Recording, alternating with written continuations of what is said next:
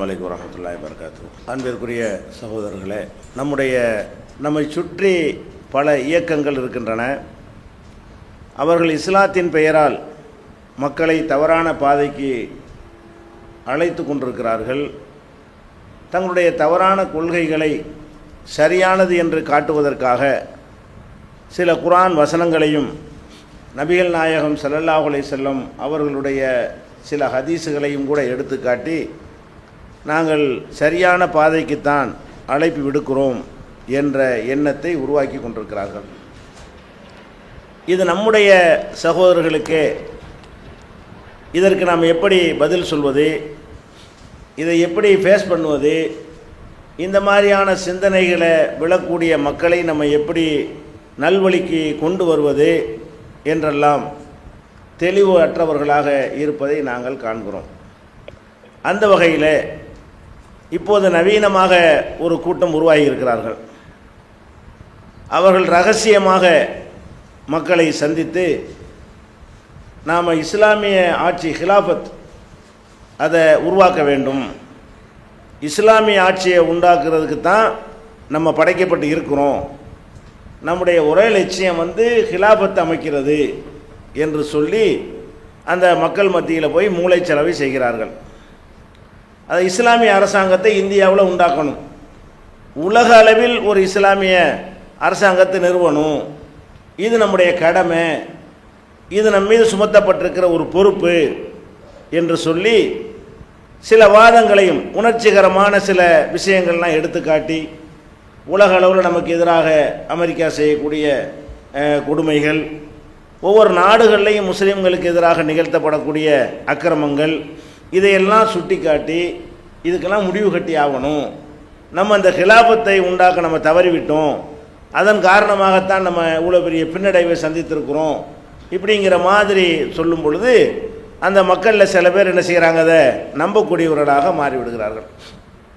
முதலாவது நம்ம விளங்கி கொள்ள வேண்டிய விஷயம் என்னவென்றால், நம்முடைய மார்க்கத்தில் ஆதம் அலைஹிஸ்ஸலாம் காலத்தில் இருந்து நபிகள் நாயகம் ஸல்லல்லாஹு அலைஹி வஸல்லம் காலம் வரைக்கும் வந்த எந்த ஒரு நபியாவது நாங்கள் இஸ்லாமிய ஆட்சியை உண்டாக போகிறோம் என்ற ஒரு கொள்கையை பிரச்சாரம் செய்தார்களா? யாருமே பிரச்சாரம் செய்யலை. எந்த ஒரு நபியும் போய் நாங்கள் ஒரு இஸ்லாமிய அரசாங்கத்தை அல்ல என்னுடைய தலைமையில் ஒரு ஆட்சியை உண்டாக போகிறேன் என்று ஒரு நபியும் சொன்னதே இல்லை. இன்னும் சொல்ல போனால் இந்த நுபுவத்துடைய செய்தியை சொல்லக்கூடியவர்கள் இந்த வாதத்தை வைக்கவே முடியாது. வச்சாங்கன்னு சொன்னால் ஒருத்தர் அதுக்கு வரமாட்டாங்க. இப்போ நான் ஒரு கொள்கையை சொல்கிறேன், நம்ம ஆட்சி அமைக்க போகிறோம், அதுக்காக வாங்கன்னு சொன்னால் இனி வருவீங்களா? எப்போ வருவோம்? சொல்கிற செய்தி நல்லதாக இருந்தால் வருவோம், அல்ல சொல்கிற செய்தியில் ஒரு அறிவுபூர்வமான வாதங்கள் இருந்தால் வருவோம், மறுமையில் அதனால் வெற்றி கிடைக்கிது என்றால் நம்ம வருவோம். ஏன் தலைமையில் அரசாங்கம் அமைக்க போகிறேன்னு சொல்லி கூப்பிட்டா என்ன செய்வோம்? ஓ, இதான் உங்கள் நோக்கமா? அரசாங்கம் அமைக்கிறதுக்கு தான் நபின்னு பேச போடுறீங்களா? உங்களை ஆட்சியாளர் ஆகிறதுக்கு நாங்கள் இருக்கிறோமான்னு கேட்பானா இல்லையா? எப்போ ஒரு அரசாங்கத்துக்கு அவங்க அழைப்பு கொடுக்குறாங்களோ அவங்க தாவா எடுபடவே செய்யாது. மறுமையில் வெற்றி பெறுவோம், சொர்க்கத்துக்கு போவோம், நீனு நான் நல்வழிக்கு வருவோம் என்று அழைத்த காரணத்தினால்தான் நபிமார்களுக்கு பின்னாடி வந்தாங்க. நபி தனி ஆளாக நிற்கிறாரு, ஊரே அவருக்கு எதிராக ஒரு அரசாங்கத்தை வச்சுக்கிட்டு இருக்கிறான், ஏன் தலைமையில் ஆட்சி அமைக்க போகிறேன்னு சொல்லி கூப்பிட்டா அது ஒன்று போது கவுத்துருக்கு. அப்போ இந்த தாவா பணி என்பது ரசூலுல்லாஹ் காலத்தோடு முடிஞ்சிருச்சா? இன்னைக்கு நமக்கு அந்த தாவா பணி இருந்து கொண்டு இருக்கிறது. நம்ம முஸ்லீம் அல்லாத மக்களை இஸ்லாத்துக்கு அழைக்க வேண்டிய ஒரு மார்க்கத்தில் இருந்து கொண்டு இஸ்லாமிய ஆட்சி அமைக்க போகிறோன்னு சொல்லி மேடை போட்டு பேசுனீங்கன்னா ஒரு இந்து வருவானா? ஓஹோ, எங்கள் மேலே நீங்கள் ஆதிக்கம் செலுத்துறதுக்கு தான் வர்றீங்களா? அதுக்கு தான் கூப்பிடுறீங்களா எங்களை? நீங்கள் இஸ்லாமியர்களாக இருக்கிறவங்க எங்களுக்கு மேலே ஆட்சி செலுத்தி அதிகாரத்தை கைப்பற்ற பார்க்குறீங்களான்னு தான் இதுக்கு அர்த்தமாகும். இந்த மாதிரி ஒரு கிறுக்குத்தனத்தை அல்லாஹ் சொல்லுவானா? நபிமார்கள் சொல்லுவாங்க? சொன்னது ஆதாரமும் இல்லை. கொஞ்சம் அறிவுப்படி சிந்தித்தால் கூட கொள்கையின்பால் அழைக்கக்கூடிய யாருமே ஆட்சியின்பால் அழைக்கக்கூடியவர்களாக இருக்க முடியாது. என்னுடைய தலைமையில் அல்ல எங்கள் தலைமையில் நாங்கள் ஆட்சியை உருவாக்குறோம் என்று சொன்னால் அதுவே அந்த மார்க்கத்தை அழிக்கிறதுக்கு போதுமானதாக இருக்கும். மக்கள்லாம் வருவதற்கு தடையாகிவிடும். இந்த மார்க்கத்துக்கு போயிடாதீங்க, எதுக்கு திட்டம் போடுறாங்க தெரியுதா? நம்மளையெல்லாம் அமைக்கிட்டு இவங்க ஆட்சி பிடிக்க பார்க்குறாங்க, நம்மளை கருவியாக பார்க்குறாங்க. ஒருத்தன் வருவானா? அப்போ முதல்ல என்ன விளைக்கிறேன், இஸ்லாமிய ஆட்சிங்கிற இந்த ஒரு கான்செப்டை வந்து அல்லாவும் சொல்லலை, நபிமார்களும் சொல்லலை, சொல்லவும் முடியாது. சொன்னால் அது ஏற்றுக்கொள்ளப்படாது, யாருமே அங்கீகரிக்க மாட்டார்கள், வரமாட்டார்கள். அப்போ இப்படி இருக்கிற நேரத்தில் என்ன பண்ணுறாங்க, இஸ்லாமிய ஆட்சியை உண்டாக்கணும், இஸ்லாமிய ஆட்சியை உண்டாக்கணும் என்கிற மாதிரியான ஒரு சித்தாந்தத்தை மக்கள் மத்தியில் விதைக்கிறாங்க. இதுதான் கடமையாம். சரி, கடமைங்கிறீங்கன்னா கடமைன்னு காட்டுறதுக்கு ஒரு ஆயத்தை காட்டு, கடமைன்னு சொல்வதற்கு ஒரு ஹதீஸை காட்டு. இஸ்லாமிய ஆட்சி உண்டாக்குவது தான் தொழுகை கடமைன்னு ஆதாரம் காட்டுவோம்ல, நோன்பு கடமைன்னு ஆதாரம் காட்டுவோம்ல, ஜக்காத்து கடமைன்னு ஆதாரம் காட்டுவோம்ல. இஸ்லாமிய ஆட்சி கடமைன்னு சொல்லக்கூடிய ஒரு வசனத்தை காட்டு, ஒரு ஹதீஸை காட்டு. ஒன்றுமே இல்லை. இஸ்லாமிய ஆட்சியை உண்டாக்குங்க அப்படிங்கிற கருத்தில் என்ன இல்லை, ஒரு வசனமும் இல்லவே இல்லை, ஒரு ஹதீஸும் இல்லை. எப்படி நம்ம பார்க்குறோம் வரலாறுல, நபிமார்கள் வரலாறுல எப்படி பார்க்குறோம், அவங்க மக்களுக்கு ஏகத்துவத்தை சொல்லுவாங்க. ஒரு 1000 பேர் இருக்கக்கூடிய ஒரு சமுதாயத்தில் சத்தியத்தை சொல்லும்போது 10, 20, 30, 40, 50, 600, 700 வரும் பொழுது அவங்க மெஜாரிட்டி ஆயிடுவாங்க. அப்போ ஆட்சி தன்னால் அவங்க கீழே வந்துடும். ஆட்சி அமைக்கிறதுக்காக பாடுபட மாட்டாங்க, கொள்கையின்பால் அழைக்குவாங்க. அழைக்க மக்கள்லாம் சேரும் பொழுது அவர் தான் அந்த கொள்கைக்கு தலைமை தாங்கிட்டு இருக்கிறார். தலைமை தாங்கி கொண்டிருக்கும் பொழுது எல்லாத்துக்கும் முடிவு செய்யக்கூடியவரை அவர் ஆகிவிடுவார். அது அரசாங்கம்ங்கிறது. அப்போ இப்படி சில நபிமார்கள் பிரச்சாரம் செய்யும் பொழுது அதிகமான மக்களை எப்போ வென்று எடுக்கிறாங்களோ அப்போ இயற்கையாகவே ஒரு கவர்மெண்ட் உண்டாகி போயிடும். இது கெட்டவர்கள் ஒரு இயக்கத்தை நடத்தி மக்களை வென்றெடுத்தாங்கன்னு வைங்க, அப்போ அவங்க தலைமையில் கூட உண்டாகி போயிடும். ஒரு ஆட்சி உண்டாகிறது என்பது மக்களை எந்த அளவுக்கு ஈர்த்து அவங்க பின்னாடி கொண்டு வருகிறார்களோ அதன் பிறகு கண்டிப்பாக அந்த மக்கள் யார் கட்டுப்படுவாங்க. ஒரு நபி இருக்கிறாரு, 1000 பேர் உள்ள சமுதாயம், மொத்தமாக 1000 பேர் இருக்காங்க அந்த ஊரில். 1000 பேருக்கு நபி அனுப்பப்பட்டிருக்கிறாரு. பிரச்சாரம் பண்ணி ஒரு 700-800 பேரை கொண்டு வந்துட்டாருன்னு வைங்க, இவங்க யார் கட்டுப்படுவாங்க, நபிக்கு தான் கட்டுப்படுவாங்க. அவங்க தான் ஜனாதிபதியாக இருப்பாங்க, அவங்க சொல்ல தான் கேட்பாங்க. இப்படி ஆட்சி சில நபிமார்கள் உண்டாயிருக்கிறது. சில நபிமார்களுக்கு, பல நபிமார்கள் வந்து கொல்லப்பட்டாங்க, பல நபிமார்கள் உலகத்தில் தோல்வியை சந்தித்தாங்க, பல நபிமார்களுக்கு அல்லாஹ் வந்து ஆட்சி அதிகாரத்தை கொடுக்கவே இல்லை. சில நபிமார்களுக்கு அல்லாஹ் என்ன செஞ்சான், இந்த மாதிரி கொடுத்தான். எப்போ கொடுத்தான், அவங்க ஆட்சியை பற்றி பேசாமல் எதை பற்றி பேசினாங்க, கொள்கையை பேசினாங்க. இப்போ நபிகள் நாயகம் ஸல்லல்லாஹு அலைஹி வஸல்லம் மக்காவில் இருந்தாங்க, ஆட்சியை பற்றியா பேசினாங்க, அடி வாங்குறத சொன்னாங்க. வாங்கு, பொறுமையாயிரி, எவ்வளோ நபிமார்களும் அடி வாங்கி இருக்கிறாங்க. அப்படி கூட அல்லாஹ் கேட்டான், அம்மா ஹசிபத்தும் அன் ததுகுலுல் ஜன்னா, உங்களுக்கு முன் சென்ற மக்களுக்கு வந்த துன்பங்கள் எல்லாம் உங்களுக்கு வராமல் சொர்க்கத்துக்கு போகலாம்னு நினைக்கிறீங்களா? அப்போ சொர்க்கத்துக்கு போகிறதுக்கு வந்திருக்கிறீங்க, அவங்க வாங்கின அடி நீங்களும் வாங்கணும், அதெல்லாம் வாங்கினா தான் நீங்கள் வந்து சொர்க்கத்துக்கு போக முடியும் என்று சொன்னார்களே தவிர, இது இப்போ ஒரு கட்சி ஆரம்பித்து நம்ம தேர்தலில் போட்டிட்டு கவர்மெண்ட்டை பிடிச்சி எல்லாத்தையும் அப்படி சொன்னாங்களே யாராவது? அப்போ நபிகள் நாயகம் ஸல்லல்லாஹு அலைஹி வஸல்லம் அவங்களுடைய மக்காவுடைய வாழ்க்கையை முழுசு எடுத்துக்கொண்டீர்களேயானால் அடி உதைக்கு ஆளானார்கள், கொள்கையை தான் சொல்லி கொண்டிருந்தார்கள். மதீனாவில் போன பிறகும் கொள்கையை தான் சொன்னார்கள். அப்போ ஆட்சியில் அமைக்கலை, யூதர்கள் கையில் தான் ஆட்சி இருந்தது. அப்போ அங்கே போய் பிரச்சாரம் பண்ணி கொஞ்சம் கொஞ்சமாக மக்கள் அதிகமாகும் பொழுது கடைசியில் வந்து இவங்க மெஜாரிட்டி அந்த ஊரில் என்று வரும் பொழுது அவங்க கீழே எல்லாம் வந்துடும், தன்னால் வந்துடும். இப்படி சில நேரங்களில் அல்லாஹ் என்ன செய்வான், நபிமார்களுக்கு ஆட்சியை கொடுத்துருக்கிறான், மற்றவங்களும் கொடுப்பான். உலகம் பூரா வந்து நபிமார்கள் இல்லாத காலத்தில் கூட சில பகுதிகளில் இந்த மாதிரி சத்தியத்தை சொல்லி அதனை மக்கள் ஏற்றுக்கொண்டார்களே, ஆனால் அப்போ கூட ஒரு ஆட்சி உருவாகலாம். அவர் ஆட்சிக்கு அழைக்கக்கூடியவர், கொள்கைக்கு பிரச்சாரம் செய்யக்கூடியவர் சரியான மார்க்கத்தில் இருந்தால் அவர் இஸ்லாமிய அடிப்படையில் சட்டங்களை கொண்டு வருவார். அவர் சரியான வழியில் இல்லைன்னு சொன்னால் இஸ்லாமிய அடிப்படையில் கொண்டு வர மாட்டார். இப்படி வேண்டால் அமையுமே தவிர இஸ்லாமிய ஆட்சி அமைக்கிறதுக்காக வேண்டி பாடுபடுவது என்பது இது அரசியல் கட்சி இல்லை. இது ஒரு அரசியல் கட்சி மாதிரி சித்தரிக்கிற அந்த அடிப்படையே தப்பானது என்பதை நீ என்ன செய்யணும், முதல்ல புரிய வைக்கணும். இப்படி சொன்னால் எப்படி இஸ்லாத்தை தாவா பண்ண முடியும்? பிரச்சாரம் பண்ணக்கூடிய மார்க்கத்தில் எப்படி இந்த ஒரு கான்செப்ட் கள்ளத்தனமாக பண்ணிக்கிட்டு இருக்கிற? வெளிப்படையாக சொல்லணும், வெளிப்படையாக மேடை போட்டு இஸ்லாமிய அரசியல் கட்சி உண்டாக்கிட்டோம் வாங்கன்னு கூப்பிட்டுப்பாரு, எவனும் வரமாட்டான், இருக்கிறவனை ஓடி போயிடுவான். அந்த மாதிரியான ஒரு விளைவு ஏற்படும் என்பதை நம்ம என்ன செய்யணும், ஃபஸ்ட்டு நீங்களும் புரிந்து கொள்ளணும், அவங்களுக்கு புரிய வைக்கணும். ரெண்டாவது என்னென்னு கேட்டால், இப்போ நபிகள் நாயகம் ஸல்லல்லாஹு அலைஹி வஸல்லம் அவங்க காலத்துக்கு பிறகு ரசூலுல்லாஹ் எச்சரித்தாங்கல்ல, என்ன எச்சரித்தாங்க, எனக்கு பிறகு நீங்கள் ஒருத்தரை ஒருத்தர் வெட்டி கொண்டு காஃபிராகி விடாதீர்கள், லா தர்ஜிஉ பாதி குஃபாரன் யல்ரிபு பாதுக்கும் ரிகாப பாதின், ஒருத்தர் ஒருத்தர் வெட்டி கொண்டு எனக்கு பிறகு காபிராகி விடாதீர்கள், அடித்து கொள்ளாதீர்கள் ரசூல் ஸல்லல்லாஹு அலைஹி வஸல்லம் சொன்னாங்க. ஆனால் வரலாறு நம்ம பார்க்குறோம், நபிகள் நாயகம் ஸல்லல்லாஹு அலைஹி வஸல்லமுடைய காலத்திற்கு பிறகு அடித்து கொண்டார்கள். சஹாபாக்களை சாதாரணமாக அடித்து கொள்ளவில்லை, ஆயுதம் தாங்கி போர் செஞ்சாங்க. ஒருத்தருக்கு எதிராக ஒருத்தர் போர் செஞ்சாங்க. இந்த பக்கமும் அந்த பக்கமும் சஹாபாக்கள் நினைஞ்சாங்க, கொல்லப்பட்டார்கள். அப்போ இதில் எதனால் இதெல்லாம் செஞ்சு நீங்கள் உள்ளே நுழைஞ்சு பார்த்தீர்களே, ஆனால் இஸ்லாம் சொல்லாத ஒரு கான்செப்டை முக்கியத்துவமாக எடுத்துக்கொண்டார்கள். என்ன கான்செப்டு? ஆட்சி. நீ வர்றதா நான் வர்றதா. அப்போ ரசூல் ஸல்லல்லாஹு அலைஹி வஸல்லம் மௌத்துக்கு பிறகு அது வந்துச்சா இல்லையா? ரசூல் ஸல்லல்லாஹு அலைஹி வஸல்லம் மௌத்துக்கு பிறகு மக்காவாசிகள்லாம் என்ன சொன்னாங்க? எங்களுக்கு தான் ஆட்சின்னாங்க. மதீனாவாசிகள்லாம் எங்களுக்கு தான் ஆட்சின்னாங்க. என்னமோ ஒரு மனிதர் அபூபக்கர் மேலே அந்த மக்களுக்கு கூடுதலான ஒரு மரியாதை இருக்க போய் ஒரு ஆட்சியை உண்டாகி போய்விட்டது. சமநிலையில் இருந்திருந்தாங்கன்னு வைங்க, அப்போ இந்த ஆட்சி பஞ்சாயத்தில் அப்போ ரெண்டாக போயிருப்பாங்க. அபூபக்கரை ஏற்றுக்க மதீனாவாசிக்கு ஒரு கவர்மெண்ட், மக்காவாசிக்கு ஒரு கவர்மெண்ட்டுங்கிற அளவில் வந்துச்சா இல்லையா? அப்போ அந்த ஆட்சிங்கிறது தான் டாபிக்னு வரும்பொழுதெல்லாம் என்ன வருது? வெட்டிக்கிட்டு சாக வேண்டிய நிலைமை வருகிறது. இப்படி ஒரு 200 ஆண்டு காலம் ரசூல் ஸல்லல்லாஹு அலைஹி வஸல்லம் காலத்துக்கு பிறகு அபூபக்கர் உமர் காலம் வரைக்கும் அந்த மாதிரி டாபிக் இல்லை, லேசாக கிளம்பி அடங்கப்பட்டுருச்சு. அதுக்கு பிறகு ஒரு 200 ஆண்டு வரலாறு எடுத்துக்கிட்டிங்கன்னா, நம்ம மக்கள் போய் நம்ம முஸ்லீம் அரசாங்கம் போய் மற்றவனோட சண்டை போட்டாங்களோ இல்லையோ, நமக்குள்ளே போட்ட சண்டை அதிகம்.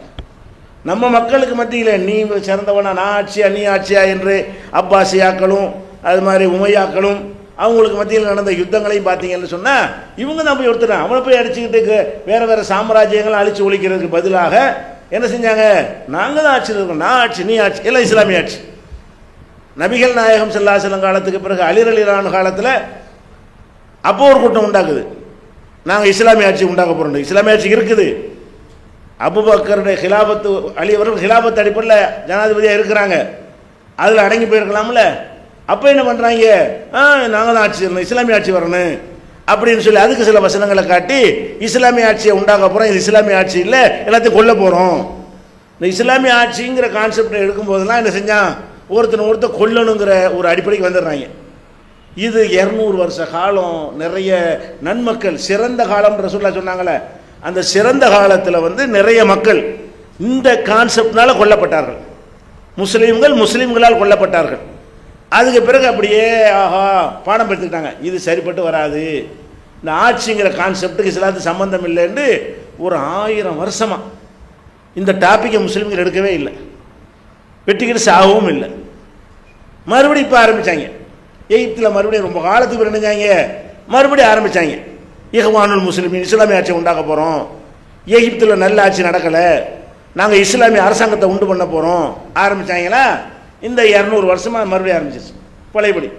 இவன் அவன் அடிக்கிறது, இப்படி கொண்டு வச்சு தாக்குறது, முஸ்லீம் தலைவர்களை முஸ்லீம் கொள்வது, பள்ளிவாசலில் கொண்டு வைக்கிறது, நான் முஸ்லீம் ஆட்சியா நீ முஸ்லீம் ஆட்சியா, ஆட்சியை கைப்பற்றதுக்கு கொள்ளலாம், ஆட்சியை பிடிக்கிறதுக்காக வேண்டிய முஸ்லீம்களை என்ன செய்யலாம், வெட்டி சாய்க்கலாம் என்கிற மாதிரி சிந்தனை ஒரு 200 ஆண்டுகளாக பழையபடி இப்போ நடந்து கொண்டே இருக்குது.